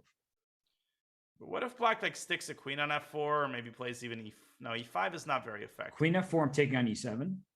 Oh, I Totally saw that. Oh, Oh my god. Wait. That's kind of funny. because rook e7, bishop 3, rook f1, and I'm starting to trade stuff off there, and actually Or I'm winning a wins. piece. Well, maybe queen d6 there, but Then rook that's and then, e5. oh, you're a rascal. Hey, sometimes I can calculate tactics too, Danya. Give me a little credit here. Once in a while. Yeah, once in a Okay, blue moon. so then black should probably, double back and play a move like rook h8. And somehow there's still a clamp on white's position. Like, you can't really move anything. But white is up a pawn right now. That is not a statement that I can argue with. Wait, rook takes g3. Is that a threat? I guess not really. I see what you're saying, right? Because queen g3, you'll trade and then h2 check. But then I think it just ends in a rook endgame, which... Yeah, but it's important that after rook g3, white can't play hg because of h2. And even there, maybe king g2 is fine, though. Wow, what a sequence. Rook e5, trading off that aggressive rook, understanding that, as we're just talking about, rook g3 isn't devastating. And if we get a trade on e5, it's likely that we'll get a queen trade coming up, and then white's king is not feeling any danger. Yeah, but how exactly are you going to trade queens? If you go queen d4, then I take on f3. Yeah, and I still think that, black is obviously fine, but white's not losing or anything. These kingside pawns are going to start moving really, really fast. Play f4 here. It's too much. And she does play too late. You put the Yeah. idea in her head. And rook Sorry. e5 might be coming. Ooh, never mind. So queen d4 is an option if you want to trade queens. I don't think you do, though, because your pawns are so weak. But f5, I like that. Yeah, don't go g5 if you're Bibisara. And now things starting to heat up. Rook comes to a2. Yeah, it's a really good decision by Bibisara, rewriting the rook from h8 to a2 like that. She's done a great job of keeping this pawn alive, and now they're at each other's throats. But black's king is surprisingly safe here. It's very hard to get to it, and I don't see any concrete tactics involving knight h5. Yeah, and there's so many ways to blunder, like a back rank checkmate for white, or Right. An idea that that would hurt white's king even if not checkmate. So FG was played. Because it So takes it's trade- f2, takes and rook e2, e2. and you have a bailout. Yeah, rook e2, and then knight takes. Oh, and then e2, knight king e2, g2. knight f4. Mhm. Yeah. Same page. And Bibisara down to 20 seconds. Okay, she's not really in danger of losing this game, but Irene doing a great job of staying alive, and not just that, I mean, she's getting her pawn back. Yeah, Irene was in, a pretty not insignificant degree of trouble at some point in this game, and she did a great job of keeping her king alive and not panicking. And I thought that decision to play f3, you kind of called it in the moment. I was more skeptical, but that has turned out really, really well, and I think that basically saved her the game. Right, that h3 pawn fell in the endgame at long last. And here for Irene, I don't have to be so nervous about her clock because she's 30 seconds. But as we get to these time scrambles, every single time it happens, I'm going to call out. I'm worried about her when she doesn't have enough time. Yeah, but here she's got 20 extra seconds, and a repetition is very likely, and a draw is agreed. And this next game is likely, with 9 minutes left on the match clock, to be on the segment clock, to be the last game of the 5+1 segment. Yeah, no, it's been a very good match thus far. It's a 1-point lead for Bibisara. She started with the lead. Irene won 2 straight. Then Bibisara won 2 straight. That was our first draw of the match. And we're getting back to this variation here down in the QGD, Queen's Gambit declined, where we see the pawn chains, white from f2 to d4, black from b7 to d5. And I like what Bibisara did in that previous game, where she just developed her pieces, played b4 at the right time, and I think she secured a legitimate advantage. Yeah, and I think she should play it exactly the way that she played it previously. Now, the main choice in the Carlsbad that white has concerns where you want to develop the knight. You often see players going for knight g2 in order to leave open the possibility of central expansion with f3 and e4. That's considered the sort of more ambitious plan, whereas knight f3 is the more classical positional approach. And once again, Bibisara adhering to the if it ain't broke, don't fix it principle. Yeah, and she brings her bishop back around to g3. And black just feels a little bit more cramped, but in the previous game, we saw black play knight e4. That's not available with the tension removed in the diagonal. Right. And so what is available is a move like knight h5, There's a funny tactic in such positions. I don't know how to illustrate it properly because I can't get it to work, but it doesn't work for multiple reasons. But it goes something like this. You play knight takes d5 and bishop c7, and the point is you trap the queen. Even here it doesn't work because of bishop b4 check opening up a pathway. But It would something work to keep in mind. if white were castled. So you know exactly how to make it work. If you just had them move castle already. I was too lazy to castle. That was the real problem. I get it's early. You're picking up two pieces at the same time. It's a lot to deal with. But here, okay, I would say knight e5 f4 is a typical plan. She was bishop e5 instead. And I guess the reason she could play this is there's no knight g6. And that's because the pawn's in h6. Whenever a pawn moves up, look at the squares previously covering, no knight g6 available to black. That should leave white with a slightly better position. Oh, without question. And castle's queenside. And I think Bibisara recognizes that this pawn can double as a hook. So when she plays g5, that forces the king side open. I like it. And I really, really like it. No type of move I like here is bishop f4. I always love it when you like here, double my pawns and give me the e5 square. This, of course, right now makes sense. We were talking about the hook, but it's funny how sometimes you just put that bishop back on f4 and like, you're going to take me there. I think that's called like a collinear move, right? Where you make a move down a diagonal where you can capture a piece, but you make another move on that same diagonal.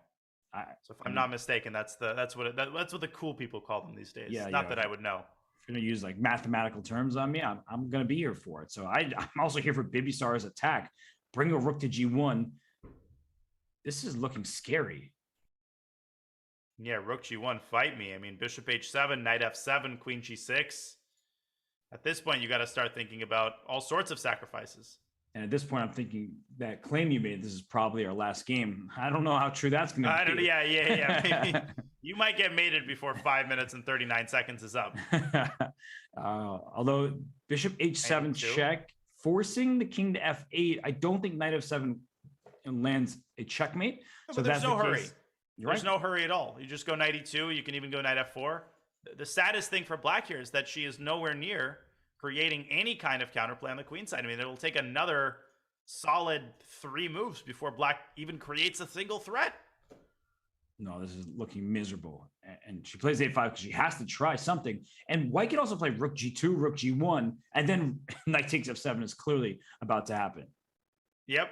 And she plays knight f4 instead, so Irina's probably going to play a4. I mean, what else does she do? It's not like you can defend your king in any other way. No. So a4. Then even for a4, you can move your queen somewhere, like queen e2. Oh, no, maybe, yeah, queen 2, there's no queen takes f4. But the point is if b3, I play a3. If you play a3, I play b3. And we just make sure to try to keep that side of the board closed.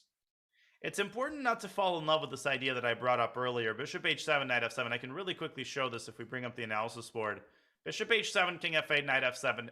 It looks crushing after queen g6, but you can never forget that the king can always escape through the center in these kinds of positions. And after queen g7, king d8, you can see the eval bar reflects the fact that black is actually totally fine here. Knight can come back to d7 if necessary. The king is surrounded by friendly pieces, and nothing is left of white's attack. So you don't want to cash in too soon. You want to be more methodical than that. Oh, I'm in complete agreement. The queen e2 that I was suggesting, that opens up the door for knight to h5. And then all of white's pieces are aiming at the king. The downside of queen e2 is I really wouldn't discount queen takes f4. I was saying how that's not available because you're sacrificing an exchange. But I am very worried about the attack. And then white's remaining pawn structure is terrible. So if we can just show that quickly, on the current board, and just can go right back. After queen f4 takes, rook takes e2. Like actually the eval bar is staying put. So this is a legitimate sacrifice, just gaining some development, making sure that you're not going to get checkmated. And the resulting ending here is just looking quite decent for black. And that's one of the signs of a really mature player and a good defender. Someone who's able to go for you're welcome. Only because it's early. That's the only reason I'm being so complimentary. But you got to be able to go for positions that, are they great? No. Do you have enough compensation there for the exchange? No. But it's a change of scenery. Your opponent could get uncomfortable because they were just hoping to checkmate you, and now they have to grind you out in this long end game. And, that's a very important skill of every good defender, this ability to transform the game into a different bad position, but one that's a little bit less bad. Right.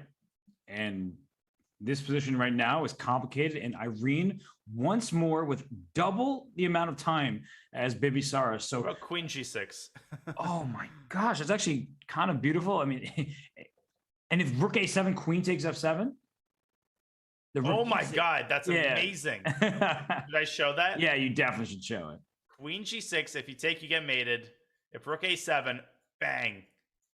And then checkmate. The problem is that there's Rook E7. I'm pretty sure that's the reason. Only move, I guess. That's the hole in the bucket. And oh my God, is there Queen? No. What am I saying? It's close. I mean, you could try something like this. It's close, but the king can always hide on H8. Right. Now you can resign. Yes. Minus 13. That's too much even for me. I don't know if Bibisara will be able to resist it, though, especially with 44 seconds. She's kind of in too deep here. If she feels like she needs to do something, I could see her taking F7 like Bishop G6 check and taking that rook and getting a material imbalance. And I think that's actually what we're about to see. I can also see her sacking a rook on G7 and trying to drive the king back. But I don't think that works because the king can take the rook and then calmly dip back toward F8. Yeah, and maybe she's not going to be able to resist the line you were showing just before, that the king is escaping to D8. And I feel like she knows this is speculative. She doesn't think she's actually winning this game, but she was getting in a time crunch and figured that this might give her chances. But it's also easy for Irene to make those few moves. And now Bibisara doesn't have a follow-up. Now, that happens to all of us where we're attacking, and we see a line like this that results in a very dubious conclusion and gives us clearly insufficient compensation. But like you said, you don't find anything better. You start getting frustrated, and you ultimately just default to the line that you looked at first. Right. And here, knight B to D7, which not only protects the knight, but gives the king shelter on C7. It's the only way to actually defend this knight on F6. So, I mean, Irene is probably just making sure that her bases are covered. She plays the move. Now, 15 seconds left for Bibisara. Yeah. Like, I think she's playing with like H to G1, just to bring another piece into the game, or play H4, H5, H6. Bishop G8. Whoa! And the point is, I mean, it sets a trap. Rook G8. There's Queen takes G8. But now it's White's king. That's feeling mighty uncomfortable with all of these pieces away on a very speculative campaign. Queen F8 backfiring. Might just trade queens off the board, and then it's 96. I blundered that. No, but 96 rook E6, Bishop E6. Yeah, so I give back some material. I don't want to allow that for sure. So there's actually no immediate threat. I was thinking I could force the queens off. I felt good about that. So maybe, what else instead? A3. A3. B3. Okay, so automatic. Okay, no, she plays Bishop F7 first. Wait, allowing A takes B2 and no, B3. No. No, just B3, Queen A3. It's over. Yeah, that's just too straightforward. And that it is the last game of the time segment, Danya. And for Irene, she's gonna be happy. Looks like she's about to end the segment in a tie. This isn't even close. Queen A3, 94. Just give a check, and it's probably gonna be mate. Yeah, you could even like push the B pawn, and I'm sure that wins as well. But 94. Oh my gosh, it's mate 94 king d3 bishop A6 checkmate. Oh wow! All hands on deck. That's a beautiful mate. Yeah, that's checkmate by force, and it's funny the bishop, which hasn't done anything all game, its first move is the last move, and I love when that happens. The first move of a piece is the last move of the game, and Irene checkmates her opponent. A frustrating game for Bibisara. At some point, we thought that it would be White who would deliver checkmate within a couple of moves, but Irene held her composure, got her king away from the line of fire, and then mounted a furious counterattack to tie the match. Yeah, the most impressive thing to me from Irene's perspective is she lost the first game and then won 2 straight. Then she just went down a point again, and she bounced back with a win. So she's showing that she's able, even when facing a deficit, she's able to strike back, keep this match even, and she's just farmed some rating off of Bibisara. Yeah, and the openings haven't always gone her way, so that's going to be particularly important as we transition from a 5-minute to a 3-minute time control, especially her openings with black. She's going to have to stick to that Queen's Gambit decline, which has brought her now 2 out of 2 victories. Yeah, no, it's a fun variation for sure. We've had some exciting chess. We're going to go on a short break, join the players as they get refreshed, ready for the shorter time controls. We'll do the same. This is the I'm Not GM Speed Chess Championship, brought to you by chess.com.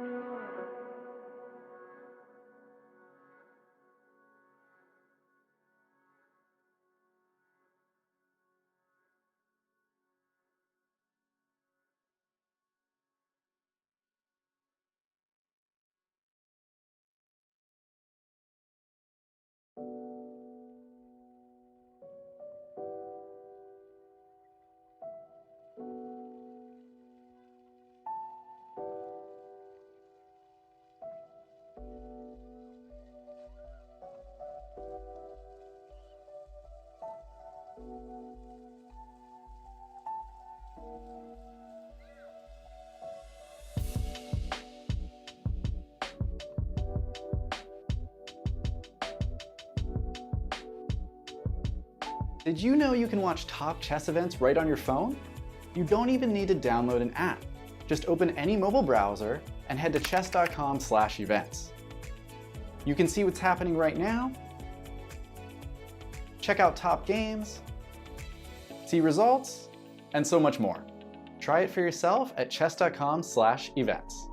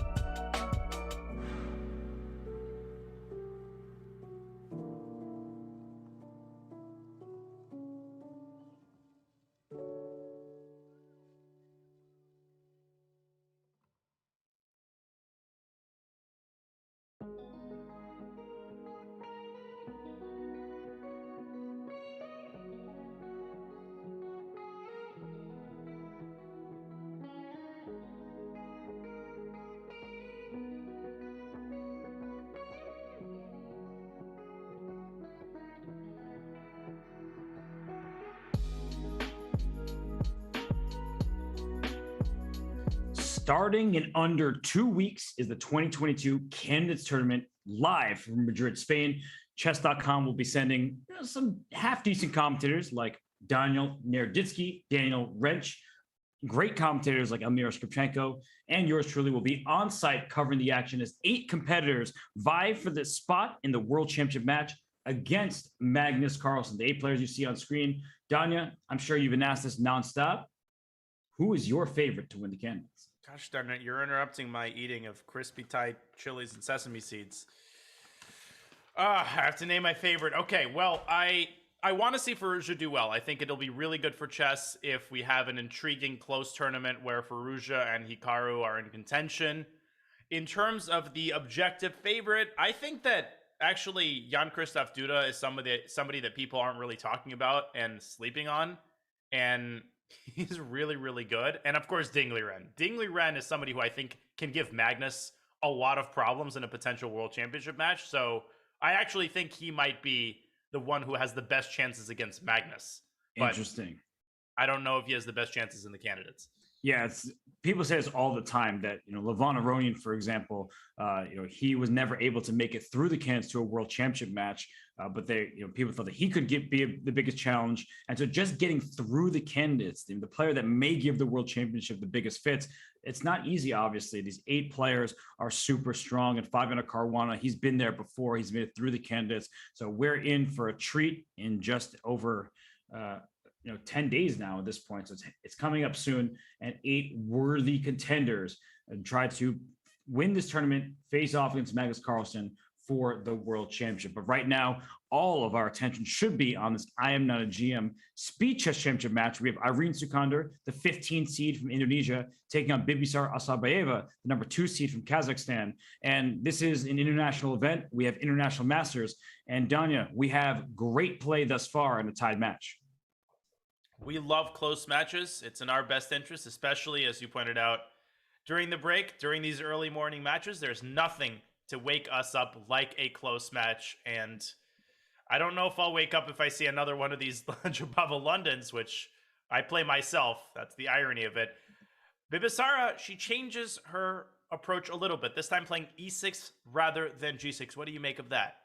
I think maybe she wanted to just mix it up. Like you said, seeing the same opening over and over and over again can be a bit exhausting. Your opponent also might have prepped in a little bit of a time that they had during the break. And so now we see the party hat, right? B2 to D4 down to F2. The bishop slides in there, aiming towards the black king. And as you just pointed out, knight can come to D6. The knight will have to trade for that bishop on C8. Do you actually want to capture that bishop? In my experience, yes, you do. And a lot of people will say, whoa, wait a minute. The bishop's terrible. And yes, right now the bishop is kind of bad. But think about the alternative. The alternative is dropping back to A3. You also have knight takes A7. I don't think that works, though, due to bishop D7. But the alternative is to drop back to A3. And then you're saddled with the knight, for which you're going to have to find a safe haven. And that probably means spending another 2 moves, going knight B1 and knight D2. So I personally would have gone knight D6. I don't think this is a very bad idea, and I don't think that you should trade bishops either. I think you should play knight F3. Right. A move that you pointed out earlier. If you take on F4 with a pawn, you have complete control of E5. You also vacate the E3 square, so that knight that we're complaining about will venture via C2 into the center to E3. And we have a standoff as Bibisara develops her own knight to D7, and a classic plan for black here is to prepare E5. And if black can get E5, and then without any question, she will have solved all of her opening problems. So in response to rook E8, white, as is tradition in the London, should consider knight E5. Sorry. No, you never have to apologize for a good old Fiddler on the Roof reference. And knight E5 is a move that you want to play. Here she plays C4. That stops E5 in a different way because the D5 square will become tender. And so rook C1 played. And Diana, as I look at the players' cameras for the first time, Bibisara changed, right? Like she is wearing different clothes. Oh, yeah, she did. I think she did. Yeah, she's like, I'm done with the 5-minute portion. I'm done. Oh gosh, that didn't, go the way exactly I wanted to. Let's change clothing and have a better 3-minute portion. Maybe she's. Sorry. No, go ahead.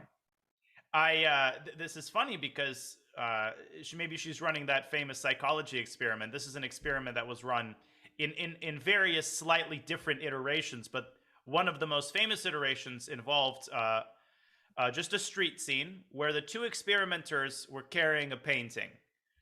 And, 2 experiments approached random people on the street and asked for directions.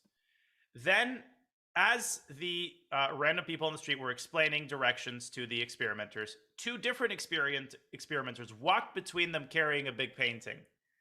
And after they finished walking past them, the 2 experimenters that had asked for directions were replaced with 2 other experimenters. And the experiment aimed to determine how many people would understand that the people who had initially asked for directions were now different from the people now standing and receiving them. And the number of people who don't detect it is absolutely staggering. It's like, 40 or 50%, even if the people look nothing alike. By the way, I think that Bibisara could have probably just won the game there. But anyways, maybe this was elaborate test of the commentators.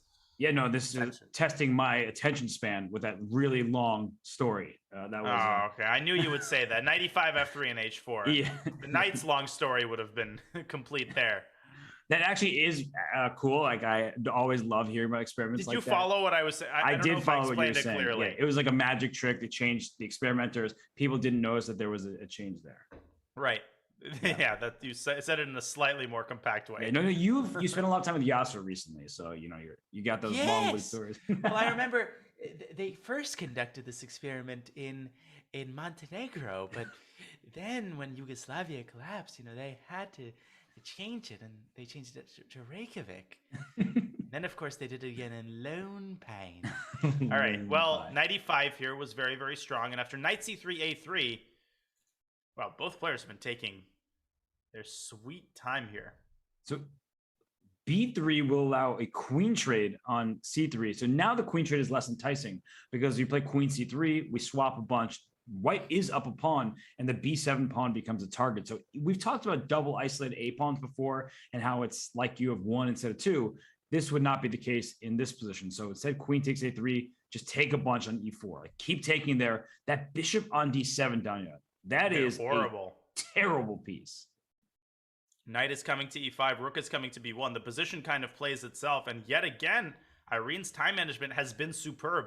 You could also consider a more aggressive approach, knight g5, trying to induce f5, which would... let's not even talk about that move. I think we might have to talk about it. We have to, but the e5 square is white's for the taking. That bishop on d7, you don't like having pawns on the same color as your bishop because then your bishop has nowhere to go. And oh my goodness, knight e5. Disgusted emoji. Like Yeah. e5, queen e7. I mean, Irene has to cash this one in. And rook b. I mean, you just throw all your pieces on natural squares. And look at the pawn chain from f2 to c5.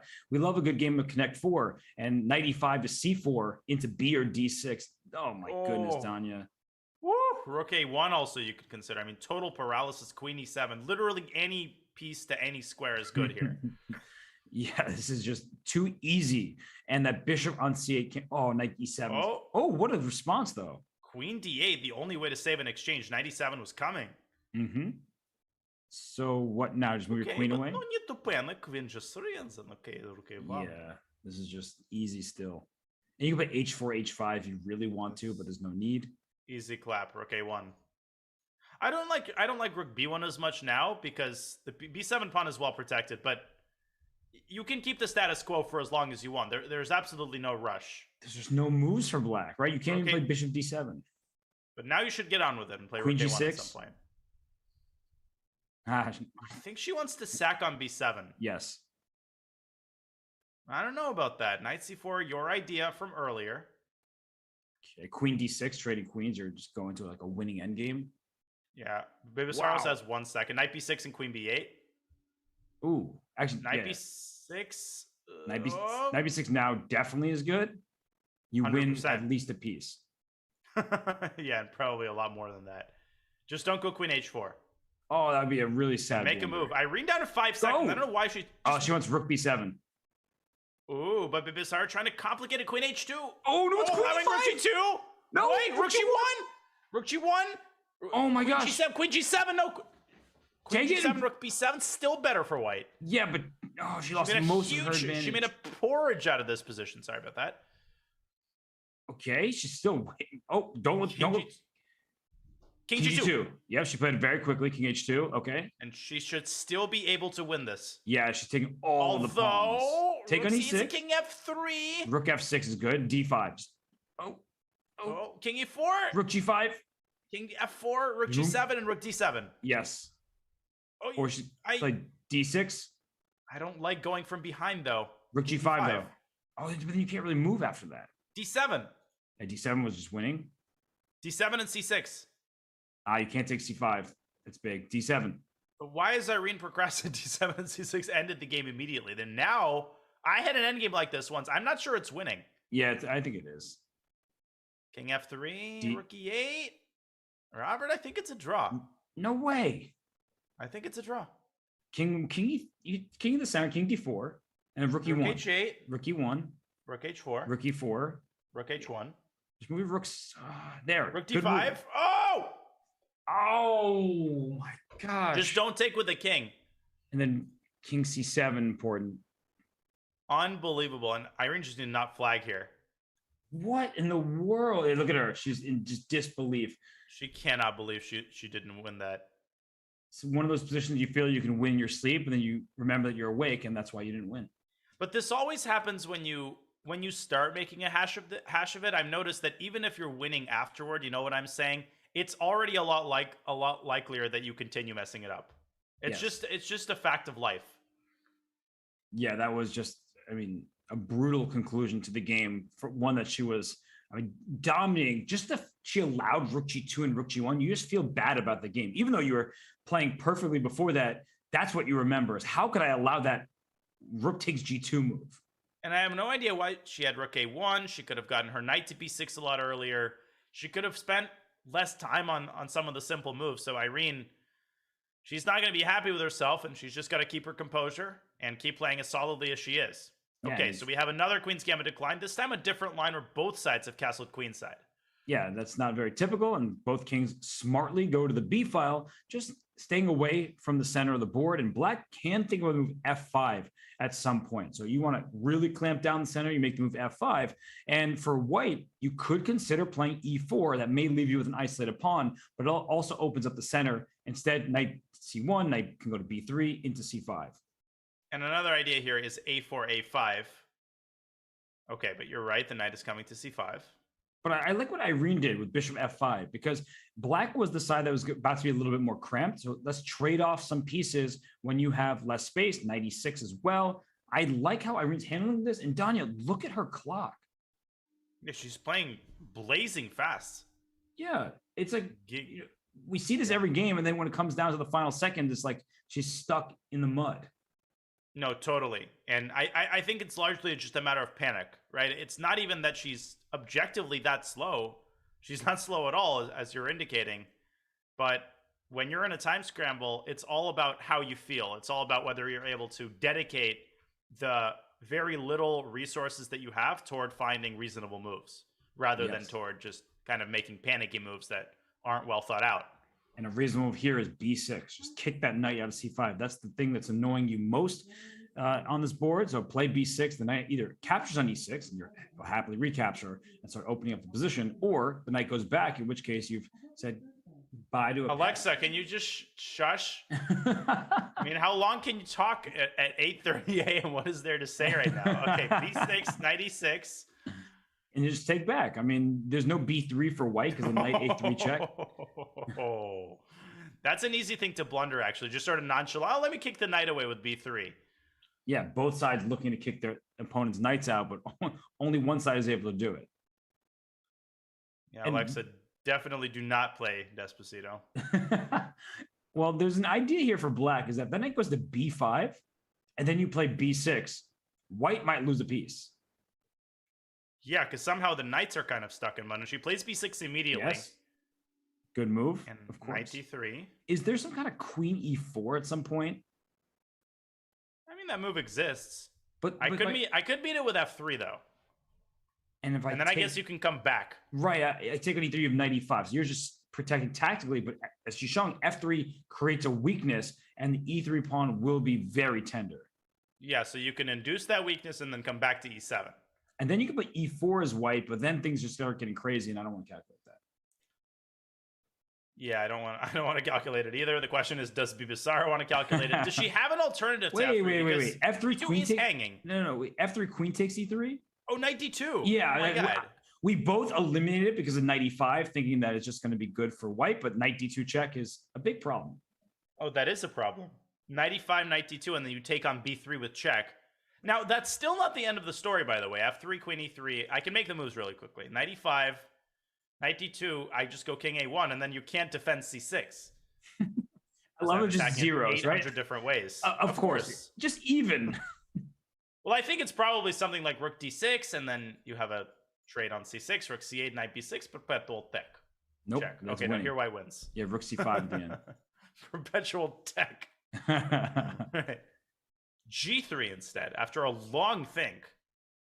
Probably just a good move. I don't know about king c8 by Irene.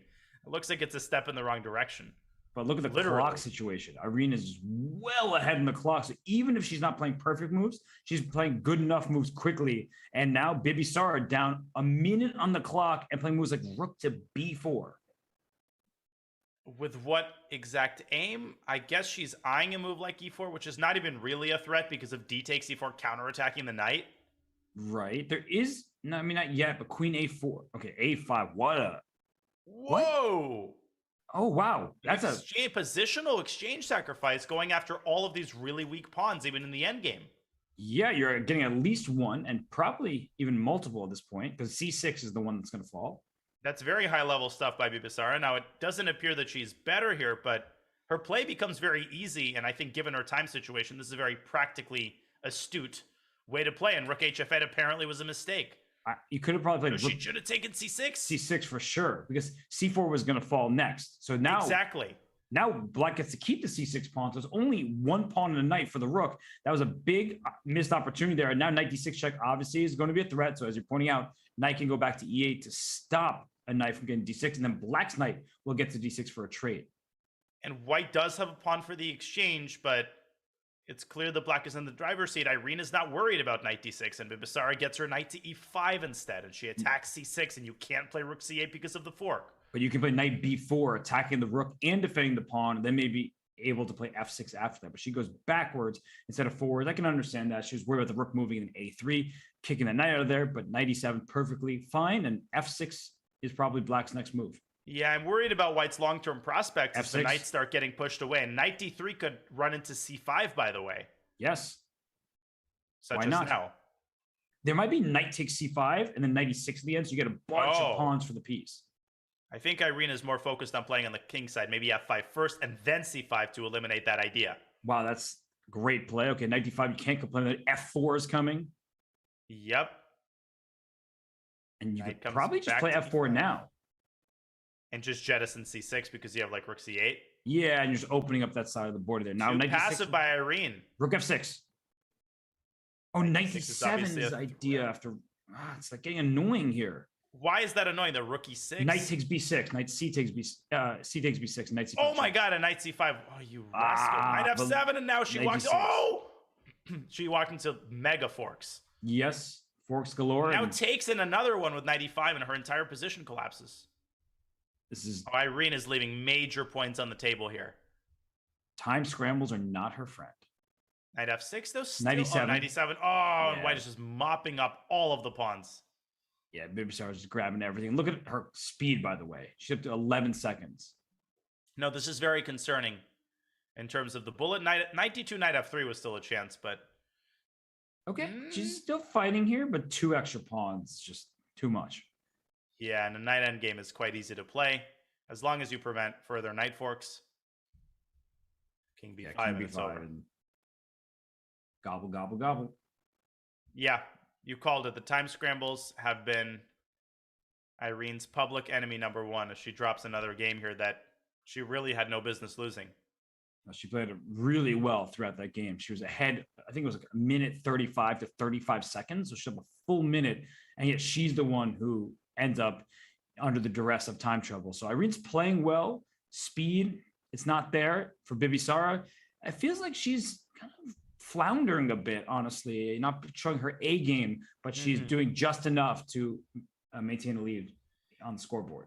Yes, she is. And this is an important game because every time thus far that Irene has gone down a point, she has struck back and won a clutch game. Can Bibisara strike here and get this lead up to 2 points? Well, queen b6, making intentions clear to the b2 pawn.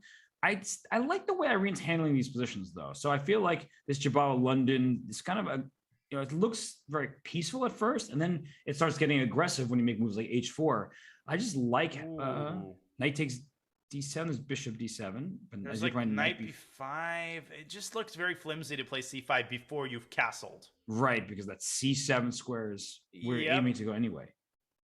You know what you can also do is knight takes d7 and then dc and the bishop e5. I know Irena's played like this in a previous game, and she starts by taking on c5. Okay. Yeah, it might just transpose into what you were talking about, because of knight d7, you have to take with the bishop anyway. I think she's going to go for it. She's spending time. It always makes me nervous when Irene spends time. Okay, so she decides to keep the tension by castling. Understandable. The bishop on c8 can't get out of there. And black is likely to do the same. And then the question is, will she play knight takes d7? I could see her playing with like queen d4. She did that earlier, and this time it trades queens and opens the e-file. I don't love that, honestly. Feels like the position's closed and there's no targets, but still a reasonable move nonetheless.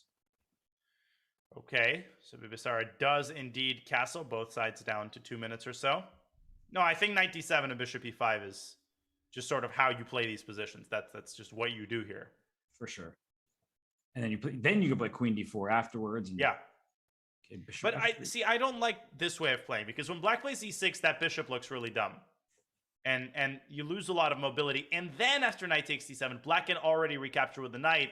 And then the dark squared bishop starts complaining because it doesn't have a good home.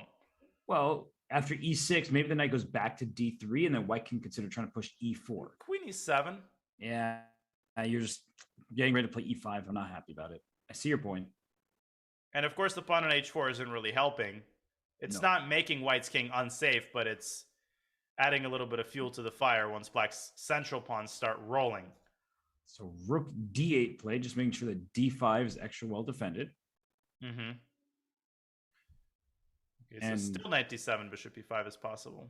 yeah, you've been asking for that for a while. I think it's just a good idea. It's a typical plan in these positions. Because it clarifies the position and it finds a pretty good role for every piece. And as you pointed out, after you put the bishop on e5, you have this queen d4 idea. She plays it immediately.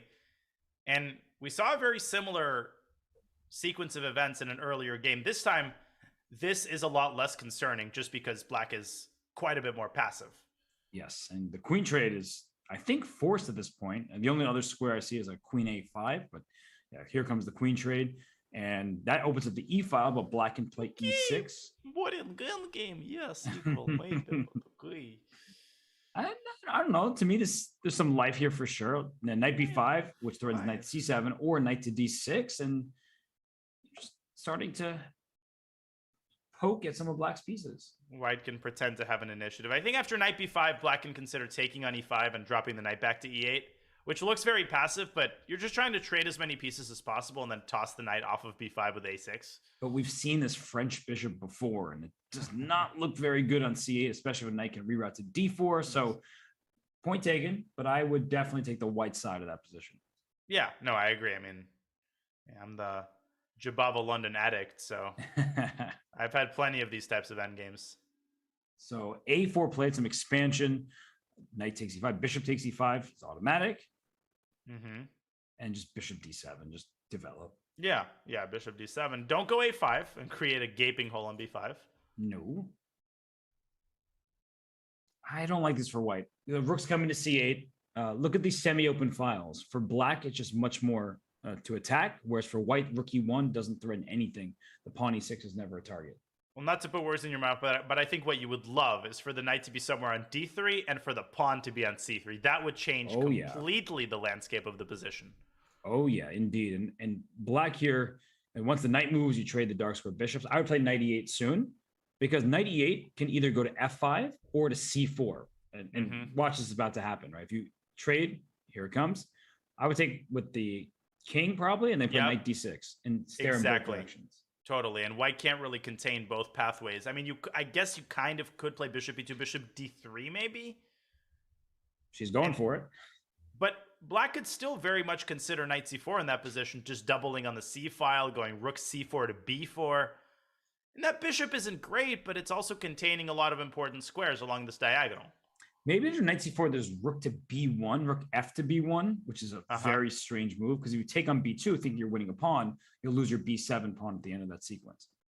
No, that's not bad at all. I mean, you just gotta make those kinds of unglamorous moves when your position is not ideal.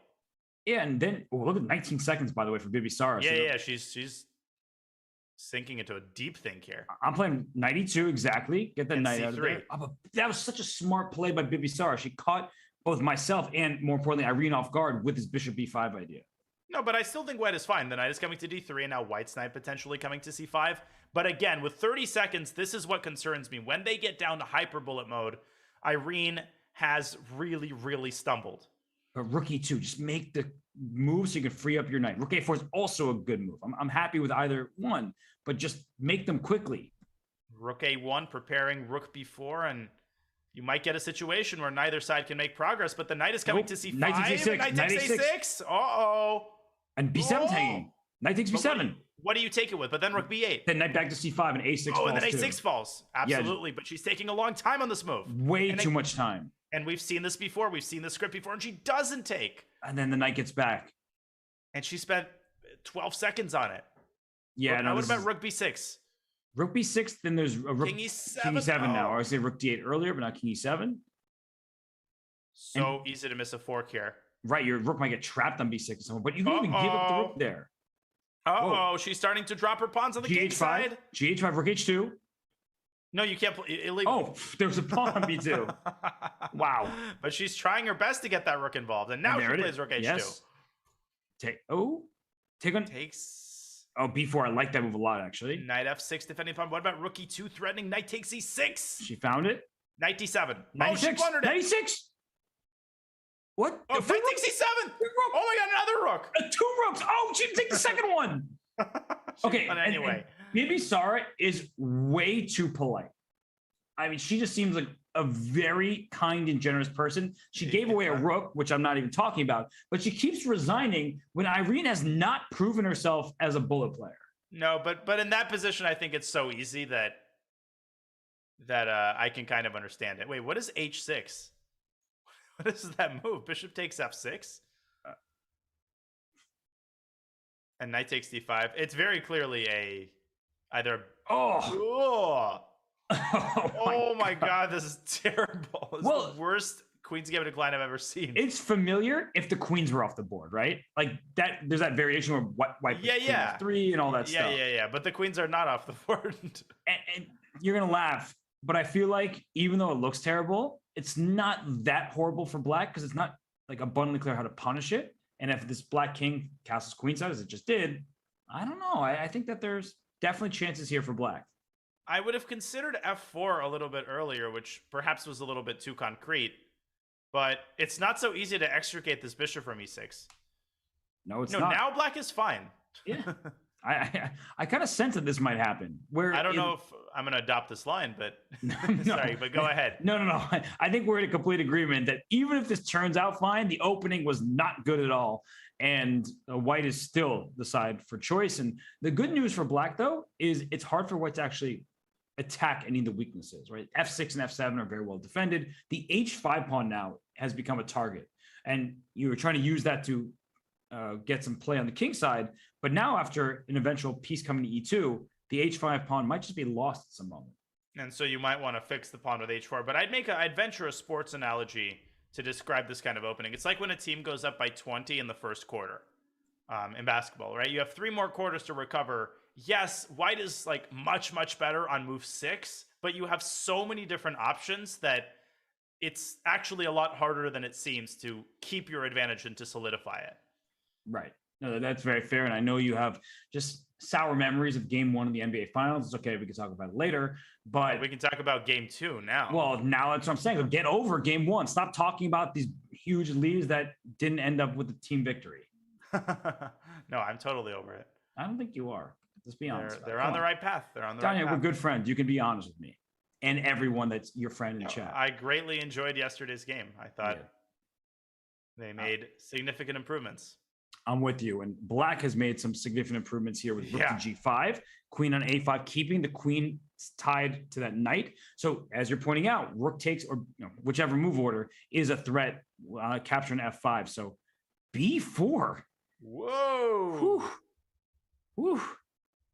Very bold move. And then h4 is a follow-up. So keeping that pawn h5 stuck in place.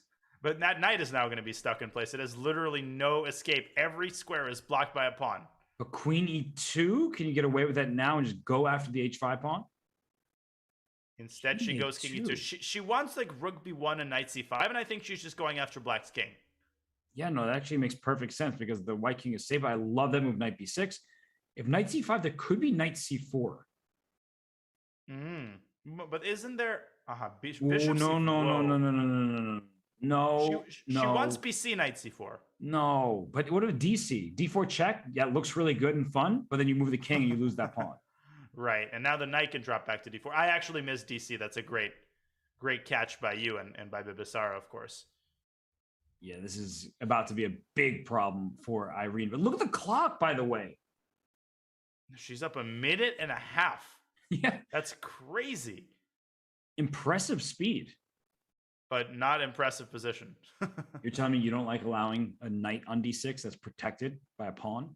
And I don't like taking on f6 with a pawn on move 6 if the queen's gambit declined when the queens are still on the board. Rook g4, okay, protecting the c4 pawn.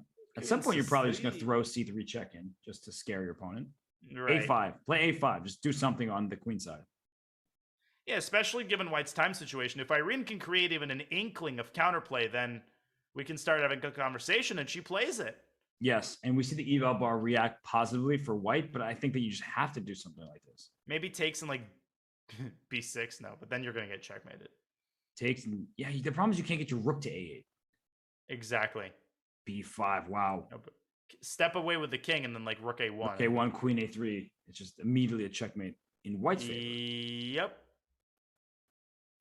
So you need to move, and then if rook a1 play, rook takes d6. Just like, you got to sack. Whoa. E takes and bishop d5. Rook a1, rook takes d6. There's going to be a queen h8 check at the end of the line, and I think that's basically mate. There is bishop retreating to c8. Rook a8 though. Gross, gross. I love how calm Bibisar is. We love sacrificing their pieces. She's like, why do that? Look at my knight on d6. Yeah, I was even thinking about rook a1 instead of rook e1. Just leave the rook on h1. She's like, why? What is the need to do that? And Irene is doing the best she can under the circumstances, but here's queen a3, and that's checkmate. Just total annihilation down the a file. Done. King c1. And Bibisar strikes. This opening experiment, I don't think it was an experiment. It was just a blunder. Right. She just wasn't really thinking. She was making moves, and it cost her. And Bibisara is up 1 point once again. We've been in this situation so many times, but this Jababa London has been tremendously successful in this match for Irene. Yeah, and she switched it up to this h4 line. In the 5+1 time control, she wasn't playing this line. But whenever there's a fianchetto pawn structure, throwing the pawn to h4, it may threaten h5 because there's a hook inherent to this fianchetto. The g6 pawn sticks out. The rook can develop in its initial location. And all right, we see a trade of pieces and h5 from Bibisara. This is a very decent way to play from Black's perspective. Yeah, but I've gotten in trouble having played like this with Black because White's going to go e4 and open up the center, and you're going to have the two bishops, a nice pawn on d4, and if Black castles kingside, there's always the possibility of g2, g4. So queen a5 is nice. I mean, Black has to get business rolling on the queen side. And if White does play e4 like she just did, she can't take with the knight very easily because a2 will drop. So what I was going to say is this resembles a Caro-Kann if we swap knights in e4. But now it's not that. It's just potential pressure down the queen side if Black is able to stir something up. But I don't see any way to easily do that, especially with the centralization and the full development from Irene's perspective. Yeah, and queen takes e4. And the position has stabilized somewhat. Knight f6, chasing the queen back. So I guess... Queen e5. Right, I guess you want to stick to the e-file also to discourage Black from castling. She goes back to e2. I liked your idea of queen e5. Maybe she was worried about, I don't know, queen trade, and you have to take the bishop, and then trying to win that position. But yeah, this looks like Black's doing okay. Okay, so knight d5 leads to a trade of knights. What is Black going to recap? I would take with the pawn. Like, my inclination is always to get that structure, but she takes with the queen, and that is technically a fork, which I didn't even see at first. Yeah, so which pawn? You could play c4. And if queen g2? Rook dg1, I thought, was trapping the queen. It does certainly trap the queen. But instead, she finds a different defense. I'm not sure that actually solves the problems, though. Black can just castle. But then king b1. And if you take g2, I take e7, and... But okay. Yeah, but okay is right. Like, whose pawn structure is collapsing first? I guess White's collapses. Yeah, White's collapses first. You take them all, but then b7 is going to be hanging at the end there. Okay, but Bibisara goes for e6, so she chooses to actually defend the e7 pawn straight up.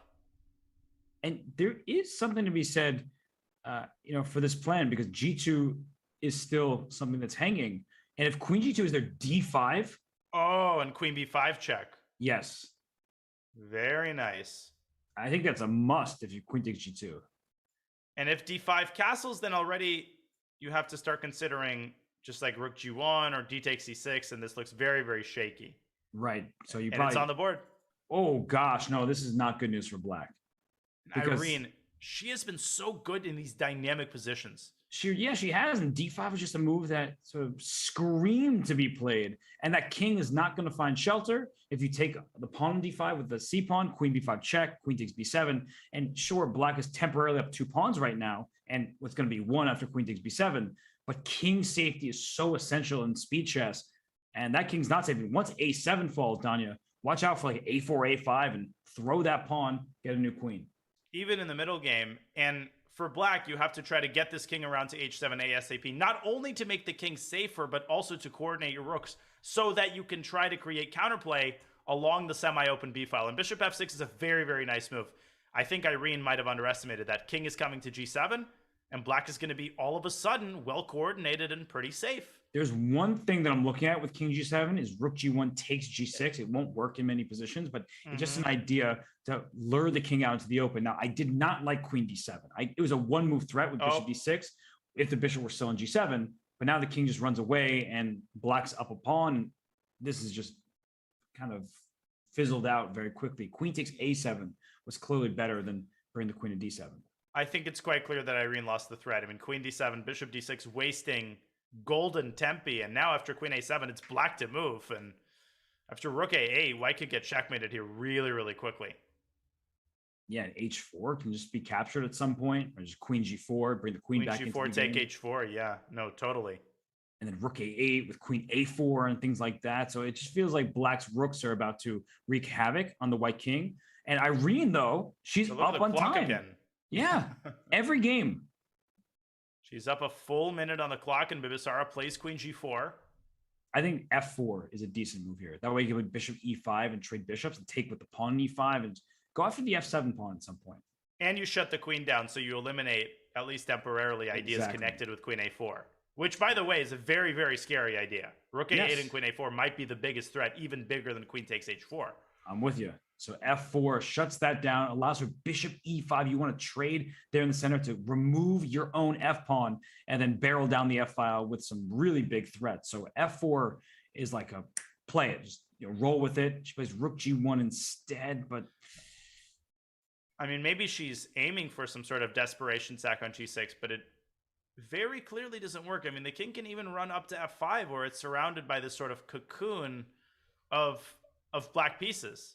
and if we see this, that would be really sizzling variation. But after rook g6, king g6, rook g1 check, as we're saying, after king f5, queen takes f7, queen g6 will be mate next move, but black has this move rook e to g8. Oh, and the back ranker. Oh, that really hurts. And speaking of back rank, Irene makes him luft, and that might be a very wise decision in the grand scheme of things. Yes, no, I actually really like the way Irene's handling the last few moves because she's doing it quickly. And queen f4 is a great decision. Now your h pawn can run up the board, and you're just kind of attacking from all directions. And maybe from a practical perspective, with 11 seconds, rook dg3, going after black's king is definitely the best option. Right. This would threaten rook takes g6. She has to play it quickly, though. Rook e1 just trying to take on e6, but I don't Not know about exact- that move. yeah, it wasn't inspiring. Bishop d6 is a threat, though. Uh-oh, easy to miss. Queen c3. Oh, there's no rook c3 now? Oh, sacrificing the rook in order to get the dark squares. Yes, I love and, it. I mean, just in time trouble, it's so easy to fall victim to queen and bishop in a row, landing a checkmate. I feel like she's going to go rook e2, though. Yeah, but and she now has the h pawn so is much going to time. rumble up the board. Okay. h4. Rook f3. Just go for a sack. Yeah, or queen e3, something. Here's rook f3. Good move. Rook take f. Just go for it. Yeah, There's you rook got to takes weaken the c2. king. She goes back. Rook Oh! c2 is coming. Yeah. It's over. She It's never done. got off the ground. No, well done by Bibisara here. Rook takes b2 B2 is checkmate. mate. Mate in one. Mate in one. What? Oh my! Hey, there's just mate It's in still the mate. board. Oh my gosh! Bishop f8. Bishop f8. Oh my goodness! King b1. Irene's gonna flag. No! Why is Oh! Irene not moving? Oh my god, just go king b1. Why are you sitting there? She's just not used That to is online play. unbelievable. She could have won that. Rook takes b2 checkmate in one move. Unbelievable. And king b1, white is winning in the final position. Can you Yeah, I don't- believe that? I mean, who cares what the eval bar says? Finding a move is black there. Like, whew, that was Impossible. Yeah, and she freezes, and it's clear she's not an experienced bullet player. Yeah. She's playing well in certain situations, even in the scramble there, like going rook f3, rook takes f6, and those type of ideas. She had the right ideas. She never was able to execute completely, but still, like, if she can just speed up somehow, I don't know how she's gonna be able to do that, but if she's able to, she will have a chance down the stretch of this match. You just got to force yourself, right? You got to identify a check, boom, move your king. It doesn't even matter where. Sometimes you have to let your animal brain make the moves. Right. And I mean, look at her time right now. She's moving first 15 moves in the game in no time and playing well. And then even after she builds up a minute lead, she still is the one who is struggling on the clock. It's weird how these 1 and 1.5 minute leads are slipping away from her, because it happens almost imperceptible. Or Bibisara accelerates her pace of play pretty subtly. And Irene, she takes 15, 20 seconds per move, and like 4 moves later, you're already in a mutual time scramble. Yeah, I feel like we've seen 30 seconds to 12 seconds a ton today. And then we're Yeah, looking at totally. like, nope, Irene's the one in time trouble despite having the 30 seconds. I was literally thinking the exact same thing. I was like, yeah, 30 seconds to 10 seconds basically means Irene's going to take 20 seconds and then we're going to have a time scramble. Yes. And right now, look at Black's pawns on the king side looks pretty good, ambitious play, but that e5 square, that's a long-term problem in addition to this knight on c5. If this knight on e2 can improve its location, but for now, everything under control for Black. Bishop takes f5 is not a hanging pawn, because once rook takes f5 happens, there's knight takes c5 at the end and two pieces for the no, knight c5 is more prudent. Yeah, actually both look really good. Just take the compliment. Your move was better. No, I think yours actually was better. I'm pretty sure yours. No, you was win better. the queen with yours. Yeah, but you have e4 there after bishop f5. Okay. I'm just trying to help you out. You're not taking the compliment. I'm not. It's like a vending machine. You keep inserting the $5. Oh, I hate that. And then or like San Francisco Bay Area Rapid Transit is notorious for that. You'll bring a completely crisp, clean $5 bill to buy tickets with, and it keeps setting it back out, and you get tilted, and you're shoving it into the machine. What year is this that you're using cash in any kind of public transportation? It's San Francisco, so you're still using cash to buy tickets on the machines. I mean, I still use cash to buy tickets. You're so old-fashioned, Danya. Oh, totally. I don't have those, frequent, flyer cards or credit cards. I don't believe in any of that. I have good, cold, hard American cash. Right. Oh, well, you're not even on the internet right now. Someone's there with a camera, just televising on your behalf. So the knight goes back to c8, going to d6. I'm actually talking into a phonogram. Oh goodness! Well, Edison machine. Bibisara down 20 plus seconds and counting. And it's not clear how she makes inroads. Her position does look good. She has potential pressure there on the queen side. Will she throw an a6? She's undoubtedly worried that if she pushes that pawn, it's going to be a weakness in the endgame. And so instead, she's going to bring her knight to a4, and the second knight reaches c5. Just the fact that the knight gets to c5 in these lines is already a deal breaker for me. Like, I don't want to play this with Black just because the knight has the potential of reaching c5. Yeah, though, knight c5. Now you capture it, and if bishop e4, f e4, even if that's good for white, I can understand this being like a situation you feel nervous about. But now positionally, it's very unpleasant. And white goes knight c5. And just because the queens are off the board does not mean that white doesn't have kingside pressure. I thought Bibisara should have taken with the king to keep her rooks coordinated. Well, also, knight d3 going to e5 is met by f4 because of bishop f5. Very nice catch. And had she taken with the king, then none of this would have been a problem. Or it would have been a much smaller problem. Exactly. And so that's why she plays f4 herself, which makes perfect sense. Look at that bishop on c8, but as you point out, look at the g file. So you get a knight to e5. That is fantastic. But rook g4, rook g3, all these pawns on e3 and h4 are going to be targeted. And yet again, Black controls the only open file. And you're right on the money. Rook g3 is coming. If your rook was on c1, you would have been able to play rook hg1 and prevent it. And Irene, once again, she's up over a minute on the clock. And so Irene's in time trouble here. Game. She's in time trouble. We got to be worried about Irene's clock. Right. That's sort of how the trajectory of these games have gone. But she's playing perfectly right now. Really excellent chess. When I get flagged by someone on stream and I get tilted, I tend to say in these situations, if I'm playing Black, that I'm down on the clock. Because my opponent is so much faster that even if I'm up 20 seconds, it's basically like being down. And should Bibisara play a6? She does. And Danya, I have an idea for Black. Rook g8 to g4, right? Like if you take on g4, I take with my pawn, and I sit my bishop on f5, white's up in exchange, at least by material, but Black's bishop is just as good as the rook. Mm-hmm. I thought that was very interesting. Instead, she goes for the rook trade. Does Irene? But how does she make progress? Because the last thing you want to do is leave the g file, right? No. It does not worth going for the h4 pawn to give white this activity. Good move, though, king c7, because now you're forced a, b, king b. And that means that you have some clarity on the queen side. So if a rook does get to the g file, bishop d7? Bishop d7, only move. Yeah, and that's good enough. Okay. So rook h1 now, rook a3 is very annoying. Yeah, and then white can keep checking and going between a3. Oh, actually, the bishop could hang there. Yeah, so bishop e8, and then if rook a3, there's just king to b7. So I think bishop e8 would have been a better try. And now I guess she wants rook b1 to anchor the rook to the pawn. Makes sense. Rook c2. Now rook a3 is no longer a problem, so Irene can breathe easy for the time being. And now rook g1. Yeah, you do not want the rook. Uh-oh. It's coming. Yeah. Bishop h5, maybe? It's like cue the Pink Panther song. Right. The rook is go. Oh no. And the rook has so many different avenues and ways that it can worm its way into black's position. c5. Irene couldn't have afforded this move, and I think she forgot that king c2, Robert, comes with tempo after bishop b5 check. I think she just forgot where her rook was. Yeah, now she's in immense time trouble as well. So this is not going well for Irene. Again, she was just up a minute and 15 seconds. No, where did it go? Happens every single game, and it's just she's not used to the online bullet chess. And this does not bode well for her chances in the bullet. Now, she hasn't lost yet. Let's see how Bibisara converts this. Rook d8 check, though, is crushing. With king to some 7, and then take d4 and... dc, c6, I don't like giving that pawn up.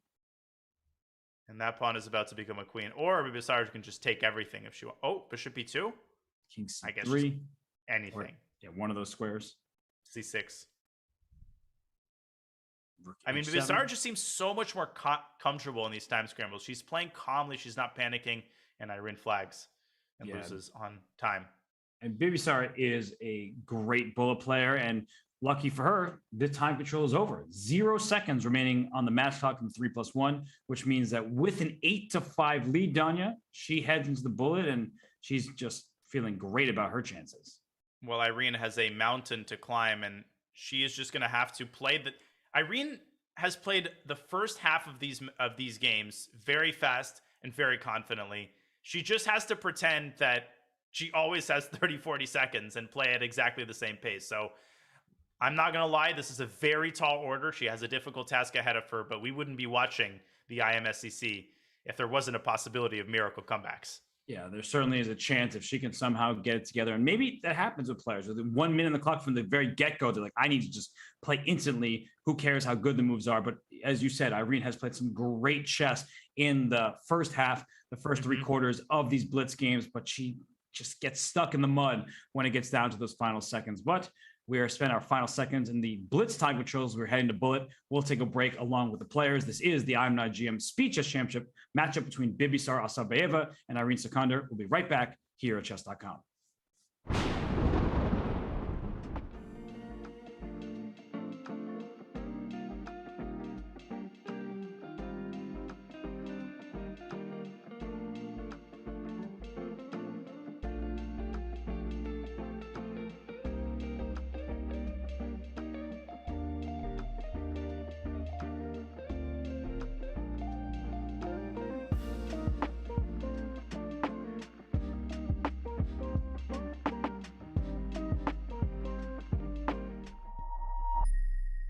This is going to be a real-time breakdown of Danny Wrench's games all time on chess.com. That's cool. Oh! In the last month, I am playing 83.12. I'm less accurate than them in every stage. Yeah. Man, that stings a little you bit. should Okay. do the more game review. Okay. Yeah, thanks a lot. Okay, so Tuesday sucks. I gotta stop playing chess on Tuesday. Oh, it's because it's Title Tuesday. Look how many blunders there were back in December 2020. And now December 2021, 1,600. Don't look at this number. look at this number. Best. Let's go to tactics. Mates. I'll probably need to work on these ones. Yep. Every single rook fork that has presented itself to me, I have found. No one has a higher percentage of rook forks than I do. Yes, correct. These are literally the knight forks that you missed. I missed knight d6? You saw it just now. What the is wrong with me? I could have done here and then taken this pawn, and I'm winning because my pawns get held together. That's probably the coolest part about this feature. Like these positions against Hess? Rook there for rook e2. And he blunders mid and one. Oh my goodness. I'm awful.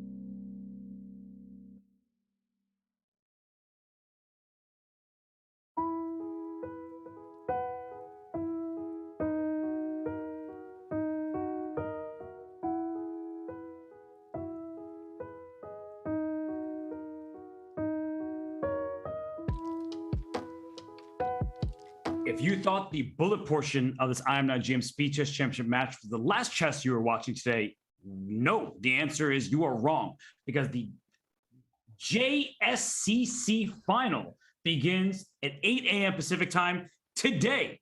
If you thought you were getting work done, wrong. If you thought you were doing anything else, wrong. You're going to sit through that match with myself and Grandmaster Daniel Naroditsky and Danya. That is going to be an epic finale. Woo-hoo-hoo. I am very, very excited for it.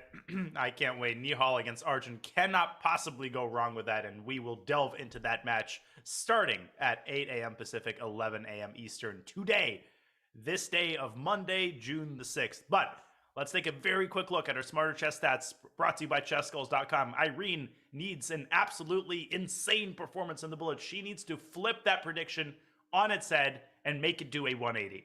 Yeah, 5-2 prediction in Bibi Sara's favor. From what we've seen thus far, I'm not sure that Irene is going to be able to get a winning streak in bullets. She just gets stuck, even when she's well ahead in the clock. So Irene has played great chess, but she, at those moments when she just needs to stop thinking about the game and just play with your hand rather than with your brain, that's when she struggles. And that's exactly the problem, right? When you're not as experienced in bullet, what tends to happen is you dedicate all of your energy into playing fast, and you basically, you put zero energy or thought into the moves that you're making. And when you're playing an experienced bullet player, that's a disaster. And I told you, she's going to speed up in the bullet. She's just playing instantly now. She looks like a true bullet player. She has more time than she started with.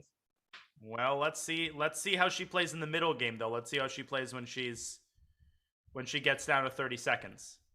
So far, I'm impressed. I know it's 10 moves into the bullet, but okay, she needs a pre-move recaptures, though. Rook A8. Wow. Love it. Love it. And Bishop A3. This is exactly how you need to play in bullet, but you got to be careful about that rook. Mm-hmm. You can just slide back to A7 or go to A5, as you're pointing out. Both squares are available to that rook. And she goes back to A5, threatening some tactics here with the rook takes C5. Oh, nice spot by you, and more importantly, spot by Bibi Sara. I thought you'd be more impressed with the rolled R. Save that for Madrid, please. Okay. Good one. That was smooth. Thanks. 4? Was there Bishop takes D6 and C5 there, by the way? Oh, gosh. There might have been. But now there's problems with the rook. Yeah, so DE, knight takes D4, and watch out for knight takes F2. It's a very easy oversight. Like right now. Possible now, and then queen E3, but what's the follow-up there? I guess it's just like bishop F5, and in bullet, you got to go for this line instantly. Well, she's taking her time, but I feel like she's going for knight takes F2. Oh, yeah, you can't. The sunk cost would be too big. Yeah, but that's a fallacy, you know what I'm saying? Well, I set you up for it, Well, you throw me a softball and I just hit it out of the park. So knight C5 played instead. You know who to thank for your high batting average. Uh-oh, knight D3. Ooh, and then knight takes F2. Oh, the queen's trapped. Oh my gosh. You got to move the bishop. No. Okay. Yeah, you just resign. No, just resign. You need to understand match strategy or give up. No, yeah, but and she blunders the knight. No, the knight! The knight is hanging. Not anymore. But Irene is just wasting time, and every second is precious, as you're saying. She still has 30 seconds, though. So the speed has been there. Unfortunately, this game, the play wasn't at a certain moment. Well, the play was there at the start of the game, but somehow her finger slipped off the ledge at some point when she started moving the rook back and forth. Yeah, she was getting chased around, and E4 happened and turned the favor for Bibi Sara. Yeah, this is resign. Like, just throw in the towel here. I feel like she thinks she has chances here, but she doesn't. This is too losing. Knight D4. Yes. And Sara with plenty of time here as well. Yeah, knight's planted there. Yeah. Not much to say here. This is just very, very one-sided. Irene just has to resign. She's taken off a solid minute and a half at this point of the clock instead of resigning. And wait a second. We didn't talk about this yet. Bibi Sara's bullet rating is 2761. No, Queen F2 mate, by the way. Yeah, sure. But I knew she was good. I said, hovers around 2700. I didn't realize she's nearing 2800. Judging by that first game, I'm not surprised. She's fast. She's methodical, and she never panics when she gets down to 3 or 2 seconds. And that is the one hallmark of an incredibly experienced and strong bullet player. Well, there's one thing I would say I'm going to count against her. And can you guess what it Yes. is? Let me think. Count against her in terms of her bullet strength. And by the way, Yes. this line is losing for black. I don't know. I don't know where you're going with this. That she resigns. Oh, yeah, that she's too nice. Yeah, she's just too nice in those moments. Queen takes G7's coming. This resembles like a Greco NN position from 1620. Yeah. You know what I mean? Right? Oh, But gosh. Rook, Oh, goodness. yeah, Bishop E7 is now a devastating threat. Yeah, Queen D7 95. No, this is going down the toilet completely. It's over. Greco NN position. Right now, I'm telling you. It does look exactly like that. And for those who are wondering what this reference is, would you like to explain or should I? You can explain. So Gioacchino Greco was an Italian. I don't know what his actual occupation was. He was also a very early chess master. He lived in the first half of the 17th century.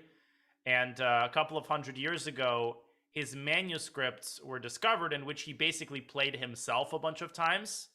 But it's labeled Greco NN, like Greco versus Unknown, even though it's generally thought that those games that were found in his notebooks were just games that he played with himself to illustrate various opening traps. And you had a lot of games like the one that we just saw where one side is just like engaged in an extremely one-sided attack. And it's also, in addition to that, unforgettable, because whenever you start looking at a database, you become a stronger player. Yep. The first games that you always see are Greco NN. So you're like, wow, this Greco NN, these matchups, they're for the ages. And then you learn that it was likely just him taking notes. So he didn't actually play anybody. Well, but he was, that little Disney short, right? First, you see Castelvi against Vinols from 1475 from Valencia. That was the first game of chess ever recorded with modern rules. Fun fact. It was a Scandi. This position is not fun at all for black. Irene better win this one. Yeah, you could Don't take a take pawn, an A5. but you can just put your queen on D4 now, rook to C1. Talk about autopilot. But, Robert, this is starting to look a little bit iffy now. 95 queen C7. Okay, stop it. Ken, stop it. You stop it. No, you stop it. Queen A1 check at some point. Knight takes E4, Queen A1 type ideas. This position, it potentially, gets complicated. Knight C3, Queen E5. And, it still is, it still is a game. Here it comes. Oh, no! Oh, no! Oh! And Irene with an incredulous smile there. Did I really just do that? Yeah, that's mouse slip. And then the house is falling. It's burning. The roof is coming off, and the rook is lost, and the game is lost.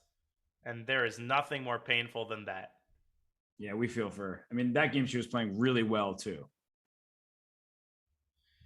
Sag. What can you say? Sag. All that can be said. So we have a hyper modern type of position where black aims the center with bishops and pieces, and white takes full control center with her pawns.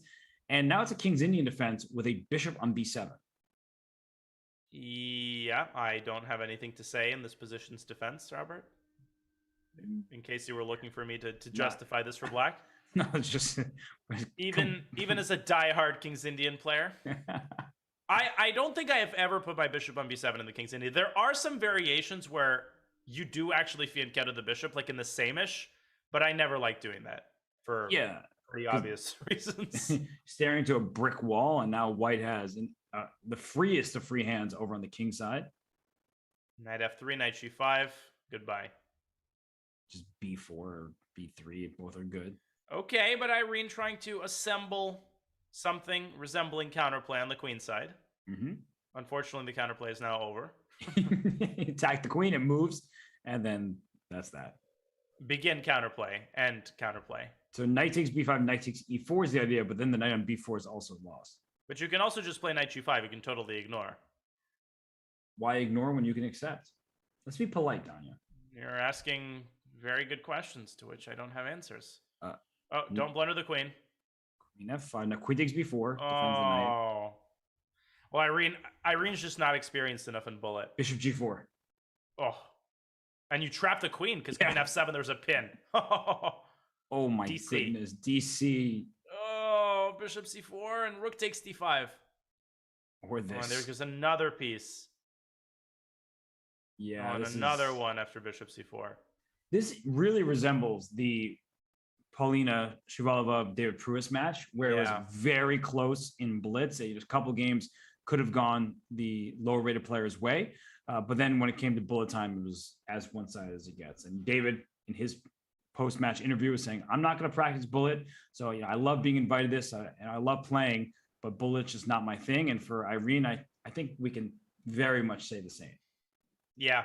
Yeah, and I think that we might see her tonight burning the midnight oil, getting that bullet rating up. And I would venture to say that her problem in bullet isn't even her clock management, really. It's just that I think the fear of getting low on time is what precipitates, uncharacteristic blunders and bad decisions. Would you Yeah. agree with that assessment? Yeah, our greatest fear is not that we're inadequate. It's that we're powerful beyond belief. Who said that? You've clearly never seen Coach Carter. No, is that a movie? It is a movie. Yeah. Are you laughing at me? I am. Mr. Gambini, are you mocking me? That's a really good. That's a really good reference. Thank you. Yeah, Oh I've got some gosh. in my pocket. Yeah, no, that was a good one. Yeah, that's a movie I know by heart. Mr. All right. Gambini, what are you wearing? I'm wearing clothes, Your Honor. Oh gosh, well, it's all relative. Oh wow. Cousin, G5. relative? Wait, say that again. Nothing. The knight's coming to Cousin. f5. Oh, relative. Oh, Beanie. Okay, got it. My cousin Yeah. is a relative. Okay, got it. Yeah, got it. Okay, knight coming to f5, and yikes. Yeah, and the knight is fishing for squares. Oh my gosh, like all of white's pieces doing work here. The rook knight's coming to a7. You can bring the next one. Rook a7 doesn't quite threaten rook takes b7 because the knight is on c5. Sadly, that pawn was too sophisticated. Wait. Let's focus on the game. Rook rook a7, queen b6. There would have been rook takes b7, which is what I was. Oh, queen e7 mate! If you move the rook. Oh, queen d8 though.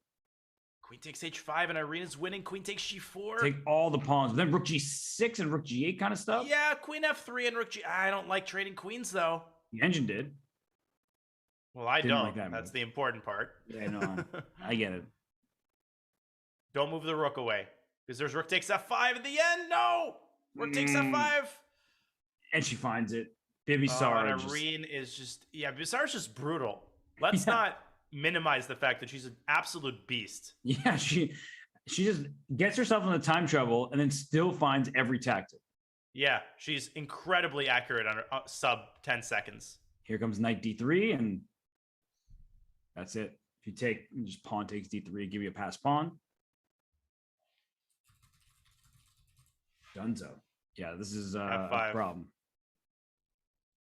Even d2, king e2, rook takes f2 check would have been pretty decent. Oh, king c6. Oh, king c5, b4 is not checkmate because of king c4. Okay, d2. Oh! Whoa. Wasn't Talk about expecting playing that. with fire. Right, d7, king 7, rook d6. You go king to d8. 1 second. Okay. She's fast enough when she Just needs knows when to press that gas pedal subtly, when to add another second to her clock so that she's not even in any danger of losing on time. Good bullet players know how to do that. And she's gonna take this d7 pawn now. King c7, and down goes f6, down goes b5. Down goes e4 and g4. Rook e6. Oh my gosh. Oh, and she's just going to keep that pawn for all of eternity, as well as the d3 pawn. Nicely done. And the game is over. Okay. King d4. I thought she's going to go king b4 for sure. Yeah, that's a slightly weird path, but d2 and d1 is queen, and that is a check, and that is the game. Wow. And I don't think Irene has resigned a single time in bullet. Yeah, which is exacerbating the problem. The lead is going to be up to 8. Oh, that's brutal. Yeah, and still 11 plus minutes remaining on the match clock. So that's honestly not very fun for the players, to once the match is completely out of hand, to still have to keep going. But for Bibisara, she's gaining one rating point per game. My OCD is very happy right now with the ratings, though. It's exactly 500 points apart. Yeah, no, I think that Bibisara also happy to continue to get that one. Is it 1 point per game she's getting? I think it's 2 at the moment, but it might turn into 1 now that they're 500 points apart. And you know that extremely well because I've seen you enough of your streams where, yes, I get 2 points per victory, and then I'm only getting 1 now. It's not worth it. Yeah, 2 points is something to celebrate. 2 points is luxurious, really. Okay, what's going on here? Knight D7, so pressuring the E5. So where you're pointing to the G5 score to trade knights first. That makes sense. Okay. She drops it back to D3, so she wants to recapture with the knight and put more pressure on D5. Okay, so bishop G5 will put pressure on D5, and C6 is played. It's a great bishop there on B7. And then you often see white playing E4. Yeah, Irina, I feel like, has had a bishop like that several times in this match. Yeah, it's not very pleasant to look at. I mean, it does protect important pawns. You always say that bad bishops defend good pawns. It was knight E4 instead, and I guess that keeps everything together. And now another trade of knights, and white could just trade everything and go E3 and sort of. So, in fact, I feel like Bibisara has made this move like 5 times already. Knight is constantly going back to D3. Knight takes E4, knight takes C5. And again, Irina's up 20 seconds, and again, she's playing a little bit too quickly here and too sloppily. Right. You need E3 to work, but the B7 bishop's hanging. Oh. Give me that bishop, says Bibisara. And EF2, king F2, there's unfortunately for Irene no checkmating attack. The king sits on F1, and you don't have a rook joining the party. Exactly. And even if you do, the bishop can block from F3, which is totally watertight. Queen F5, for example, or Queen C3, yeah. Oh, no, Queen F5, there's rook takes E2. So as long as the queens come off, you're happy. And you could even flick in H4 if you wanted. What a move that would be. But knight E4 is a threat, so it's good to keep the queen on G5, actually. Yeah. And here comes knight E4. And that pushes the queen to F5, which allows the king to fully consolidate. White is up a piece, and white's going to win. Right. And the way it's going, Robert, it just doesn't seem like Irina's going to pull out a single half point. I mean, Bibisara is just in complete control of these games. This is perfect defense here by Bibisara. I mean, she took the piece, and she's made sure her king is safe. Look at the knight and queen, make sure the F2 square in particular is defended. And so that's a single check, nothing more than that. H3 and down to H1 goes the king, and Irene doing her best here, but Queen F2, another incredibly precise moves. That is the secret sauce. Queen B4, though, very ingenious. Yeah. And knight G2, there's queen G2, knight D1. Knight D1, trying her best. You don't get a promotion for bringing a knight to the last rank, though. Wait, you don't? No. Certain false promises were made when they taught me chess, and if I had known that, then maybe I wouldn't have, done that whole thing. Oh, and just perfect play here by Rook D7. I mean, look at this. Knight D3 again. Yeah, how many times has that knight been there on 95 and take on F7? Yep, I think that was the last time it visited that square.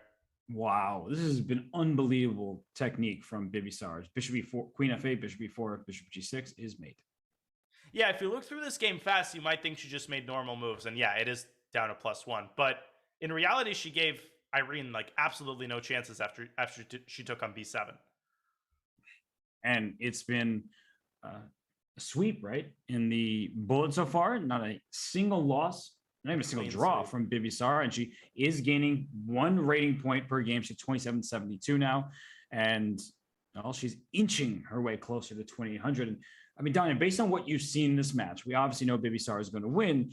And considering her immense skill in bullet, where do you place Bibisara in the remaining field?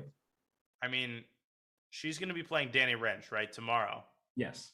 Well, I think there's no question that Stara is the favorite in that match. And, you know, Danny is going to have to bring his tactical, like, A+ game if he wants to compete with Bibisara in the Blitz. And I think for Danny to have a chance, he's going to have to get into the bullet with a serious lead. Like, there is no other way, because she might be the best bullet player in this entire I Am Not a GM field.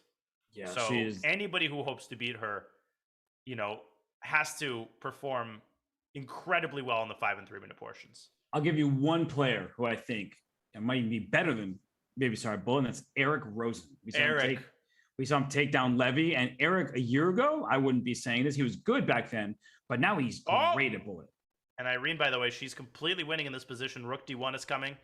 Sorry to interrupt you. No, you're fine. I mean, it's good to focus on the chess. But we've seen this picture before, and somehow Bibisara always seems to consolidate in these kinds of situations. But Irene is up 25 plus now, 30 seconds on the clock, and has a safe king, and is just winning. You know what's going to happen, though, Robert. Before you know it, she's going to have 10 seconds, and Bibisara is going to have 13. We've seen that. Okay, maybe not. we've seen that play out many times today. Bishop E5, great play. This or F4, F5 is an idea. Rook D1, the rook into the game. Perfect play by Irene so far. Good move though by Bibisara C4. And Bishop F6 trying to go after that C3 pawn, and that is already a target. And King great G8. move F4. F5, just blast through. That's it. Okay, and she's if Queen E5, she's gonna play Queen F6. Yes, no, that's great defensive technique. Phenomenal defensive technique. No! IC3! And again, we see this every time. And King H7 and black is fine. Knight H5, Queen G5. Queen still to E or G5, hitting the that's knight. Another amazing move. And Irene G3. blunders the knight. Don't go Rook F3. Unbelievable. She pulled it off again. Wait a minute, Rook E3. Rook E3 forks the queen and the knight. Wow. Oh, Rook D2. Rook D2. She walked right into it. Allows Knight D5. promotion because mate is more important. Knight D5 was straight up mate, but this is also winning. And no Rook F3 still because the E1 Rook is hanging. Now Knight D5 again. It just doesn't matter how big her time advantage is. It's like Bibisara is totally impervious to how lost her position is or how little time she has. Gosh, Knight G3 is about to happen. I guess Rook F7. Queen A1, Queen G1 mate. Oh, you devil. You. And the devil's in the details, you know. Queen E3. Perfect. Devils and the queen trades. Oh my gosh. That's a cute move too. Rook takes D2 and it's all over. Yeah, I mean, Rook takes D3 didn't matter. C takes and the pawn was promoting, and Bibisara just keeps on going. 15-5. This resembles that Pruis Shabalova match completely. A complete wash in the bullet after some back and forth blitz games. So Irene she doesn't have the experience, the practice to take down someone like Bibisara in a match like this. And honestly, oh, by the way, there's like Knight G5 here, I think. That's just totally crushing. She goes Bishop G5. Surprising. Knight G5, Queen H5 was looking like it's lights out. Not that this looks bad, but it just shows you how Bullet's a totally different game, right? The fact that someone can be as good at Blitz as Irene is and, you know, struggle as much in Bullet just shows you that Bullet is a completely different animal from any other format. And by the way, Bishop D5 would be a very tricky move here because after takes Knight B4, there was a fork on E7. Anyway, moving past that. Yes. And we will update the scoreboard, which has 15-6. It is 15-5. Irene has not scored a point in the bullet, and she ended the blitz with 8-5 deficit. So we will make sure to fix that. Oh yeah, that's correct. Okay, well, A4, orchestrating some queenside pressure is Bibisara, trying to get B5 in. This will probably be the penultimate game with 2 minutes remaining on the match clock. A very one-sided match, really starting from the second half of the 3-minute portion. But Irene, she can be very proud of the way that she started this match because for a while there, it was anybody's game, anybody's match. Yes, no, You said it really well earlier. You summarized it. Like the first half, 3/4 of those Blitz games, excuse me, she was playing extremely well. And then she's completely lost the thread when time trouble arose. Yeah, no, it's interesting how that kept happening. And even when the threat of time trouble arose, it seemed like panic set in really quickly, and Irene kind of stopped making objectively reasonable decisions. But she's got a chance here, and now both sides down to 20 seconds. Irene has activated her rook. And I actually kind of like Black's position here. Oh, the rook. Can she score her first win in the bullet? It's one of these positions where you double on the rank or the file, and said goes to C1, now back D5, rook to C5 is going to be possible. So the rooks are switching places of what I thought might happen. And I was going to say Bibisara, she probably doesn't want to draw because now she's lost rating points in the bullet section. Well, that was very gracious, though. I think she, wanted to give Irene a chance to get on the board. And that position was objectively drawn, so I think it's very likely that Irene would have held that position either way. Right. But Bibisara has been very gracious all match long, resigning, even in situations sometimes when she could have potentially gone for the flag. Yeah. And this is going to be the final game of the bullet. Yeah, I mean, whatever it is, 10 rating points or whatnot, it's completely unimportant. She'll gain those rating points as she continues to improve in all disciplines of chess. And Bibisara, she's 18 years old. She won the Women's World Blitz Championship, second place in the Women's World Rapid. She did extremely well in the Women's FIDE Grand Swiss, where she was a wild card entry. And so she has a very, very bright, not just future, but present as well. Mm-hmm. Is her FIDE over 2,500? No, I think she's actually slipped in a few recent tournaments. She's around 2430 thereabouts. Okay. So she has a way to go until 25. Right. So hopefully this is her last I Am Not GM Speed Chess Championship. We all root for players to continue progressing and make the GM title, but she does have a way to go before she reaches that threshold. So her and Alina both on their Grandmaster quests. Not an easy journey to make.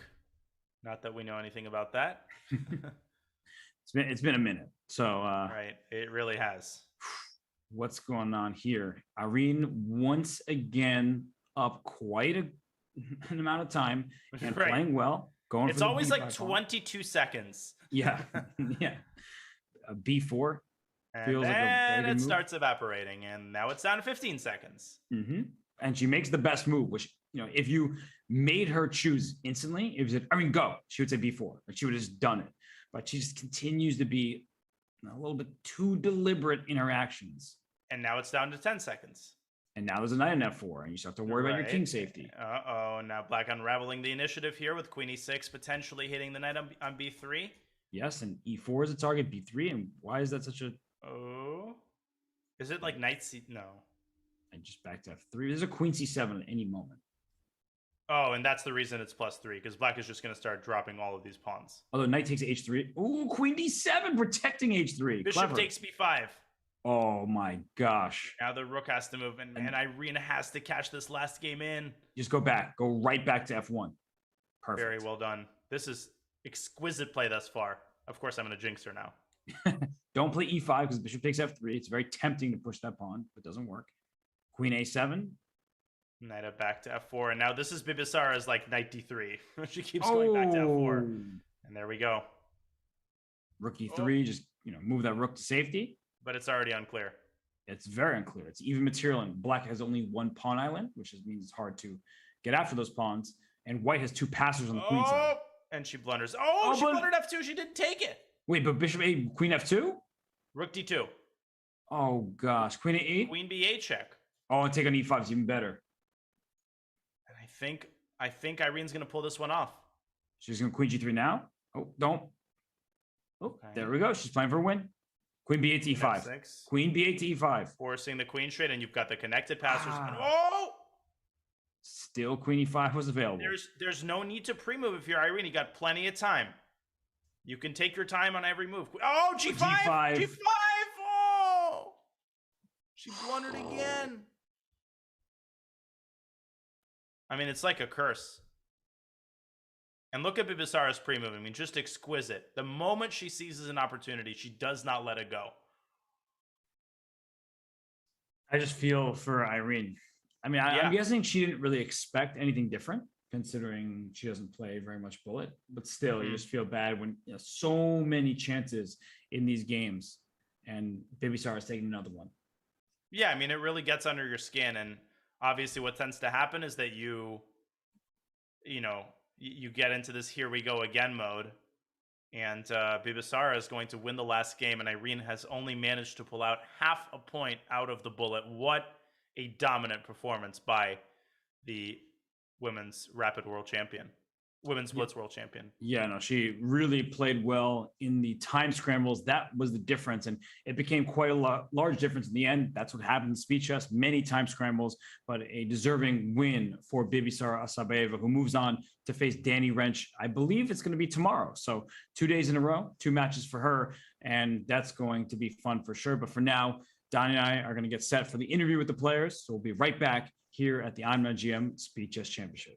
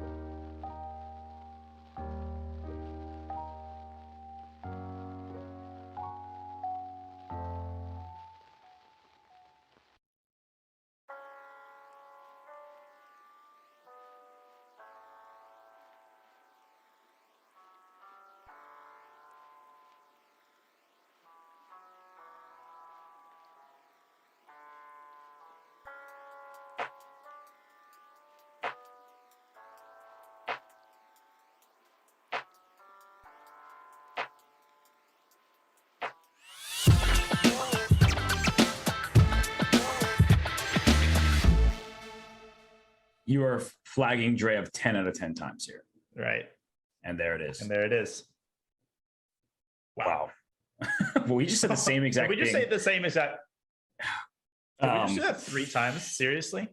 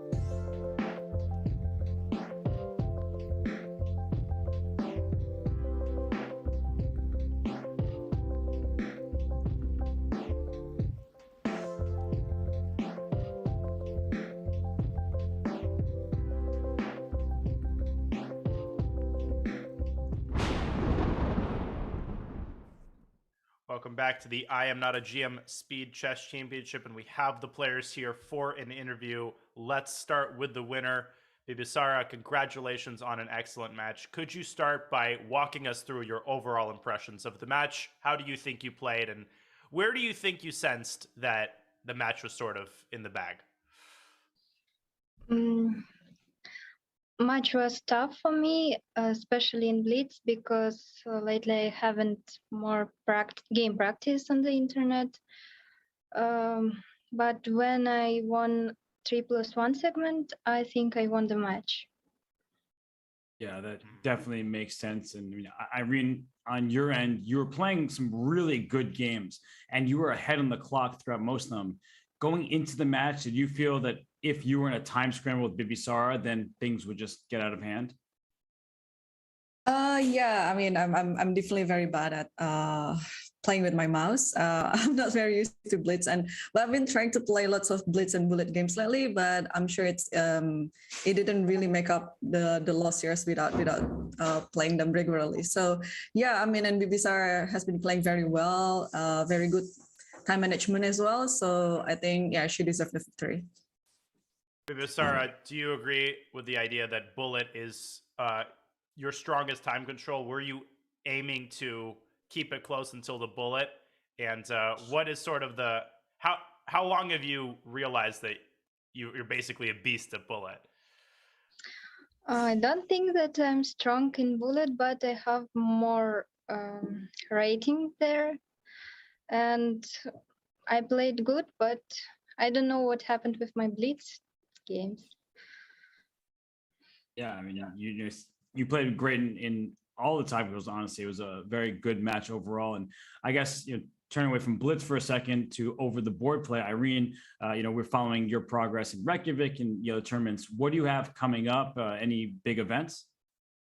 Yeah, I've been traveling these days actually, and I'm currently in Singapore right now. I'm preparing for a tournament. It's a GM tournament that's going to happen in a few days, and I'll be the second bottom seed, so it's going to be a very tough event for me, but I hope I can do my best.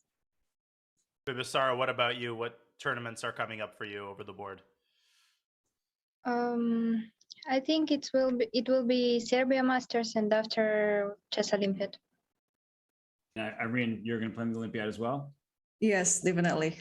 Great. So, maybe you two can clash over the board in addition to the online Blitz. But last thing for you, Bibisara, I know it's late, so we'll let you go. But how do you feel about playing Danny Wrench tomorrow? He is the chief chess officer of chess.com. If you start beating him, maybe he can just get your account removed from the site. So are you looking forward to that match? Yes, but to be honest, I don't know him and I don't watch chess streams, unfortunately. So it will be interesting, I think. Well, we will be watching very eagerly. That match will come your way tomorrow. Bibisara, good luck in that match. Get some rest. And Irene, thank you for playing. Sorry that the match didn't go your way.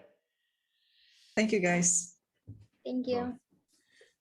And congratulations again to Bibisara Assaubayeva. She won the match in the final score. Not entirely indicative of how well Irene played throughout the match. Her Blitz games were very good. But Danya, I think she said the words that will impact Danny the most, I don't know who he is like the best way to get to him.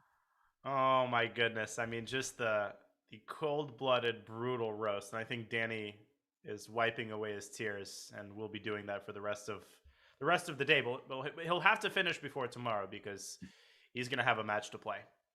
Although that could motivate him. Danny, he likes being under the radar. He's a very public face. So if somebody's saying, I actually don't watch his streams, like, are you kidding me? Well, I mean, Bibisara, what have you been doing? And the answer to what she's been doing is winning the Women's World Blitz, playing over the board event. She just said she'll be in the Serbia Masters. So I think her time has been better spent, if you ask me. Yeah, I mean, she's not doing very important things, preparing for the Olympiad, and both of them playing in the Olympiad. So the Bibisara against Danny Wrench match will be coming your way tomorrow. I'm pretty sure the start time is the same, bright and early in the morning. But, Robert, is our day of chess finished? Well, I'm going to stretch here a little bit, bring that green pawn up because no, we still have a long day ahead because the Junior Speed Chess Championship is happening. The finale is in just an hour. Nihal Sarin, the top seed, Arjun Erigaisi, who gave him the 7th seed? I don't know what happened there, but he has made his way through to the championship match. These two compatriots, friends, top Indian grandmasters, we'll see them at the Olympiad as well for sure on home turf. But first and foremost, we have them in the Junior Speed Chess Championship, where not only is there a rivalry between the two, perhaps a blossoming one for the future, maybe, a future candidates clash, but a spot in the Speed Chess Championship on the line. Danya, I'm excited for that. I cannot wait. I'm gonna get a Subway sandwich and make some coffee and get ready, but I cannot wait to see these two just shining stars of the young generation duke it out in the JSCC final. Clear your meetings, cancel whatever, tell your boss that that he doesn't need you for the day, and watch this match. Oh, yes, it's going to be a great one. We are going to step aside for an hour, and then the JSCC Championship will be back right here on this channel. So enjoy an hour of free time because that's all you're getting today, because there's more chess to be watched. But for now, on behalf of Grandmaster Daniel Naroditsky and myself, Grandmaster Robert Hess, say see you later and be back soon.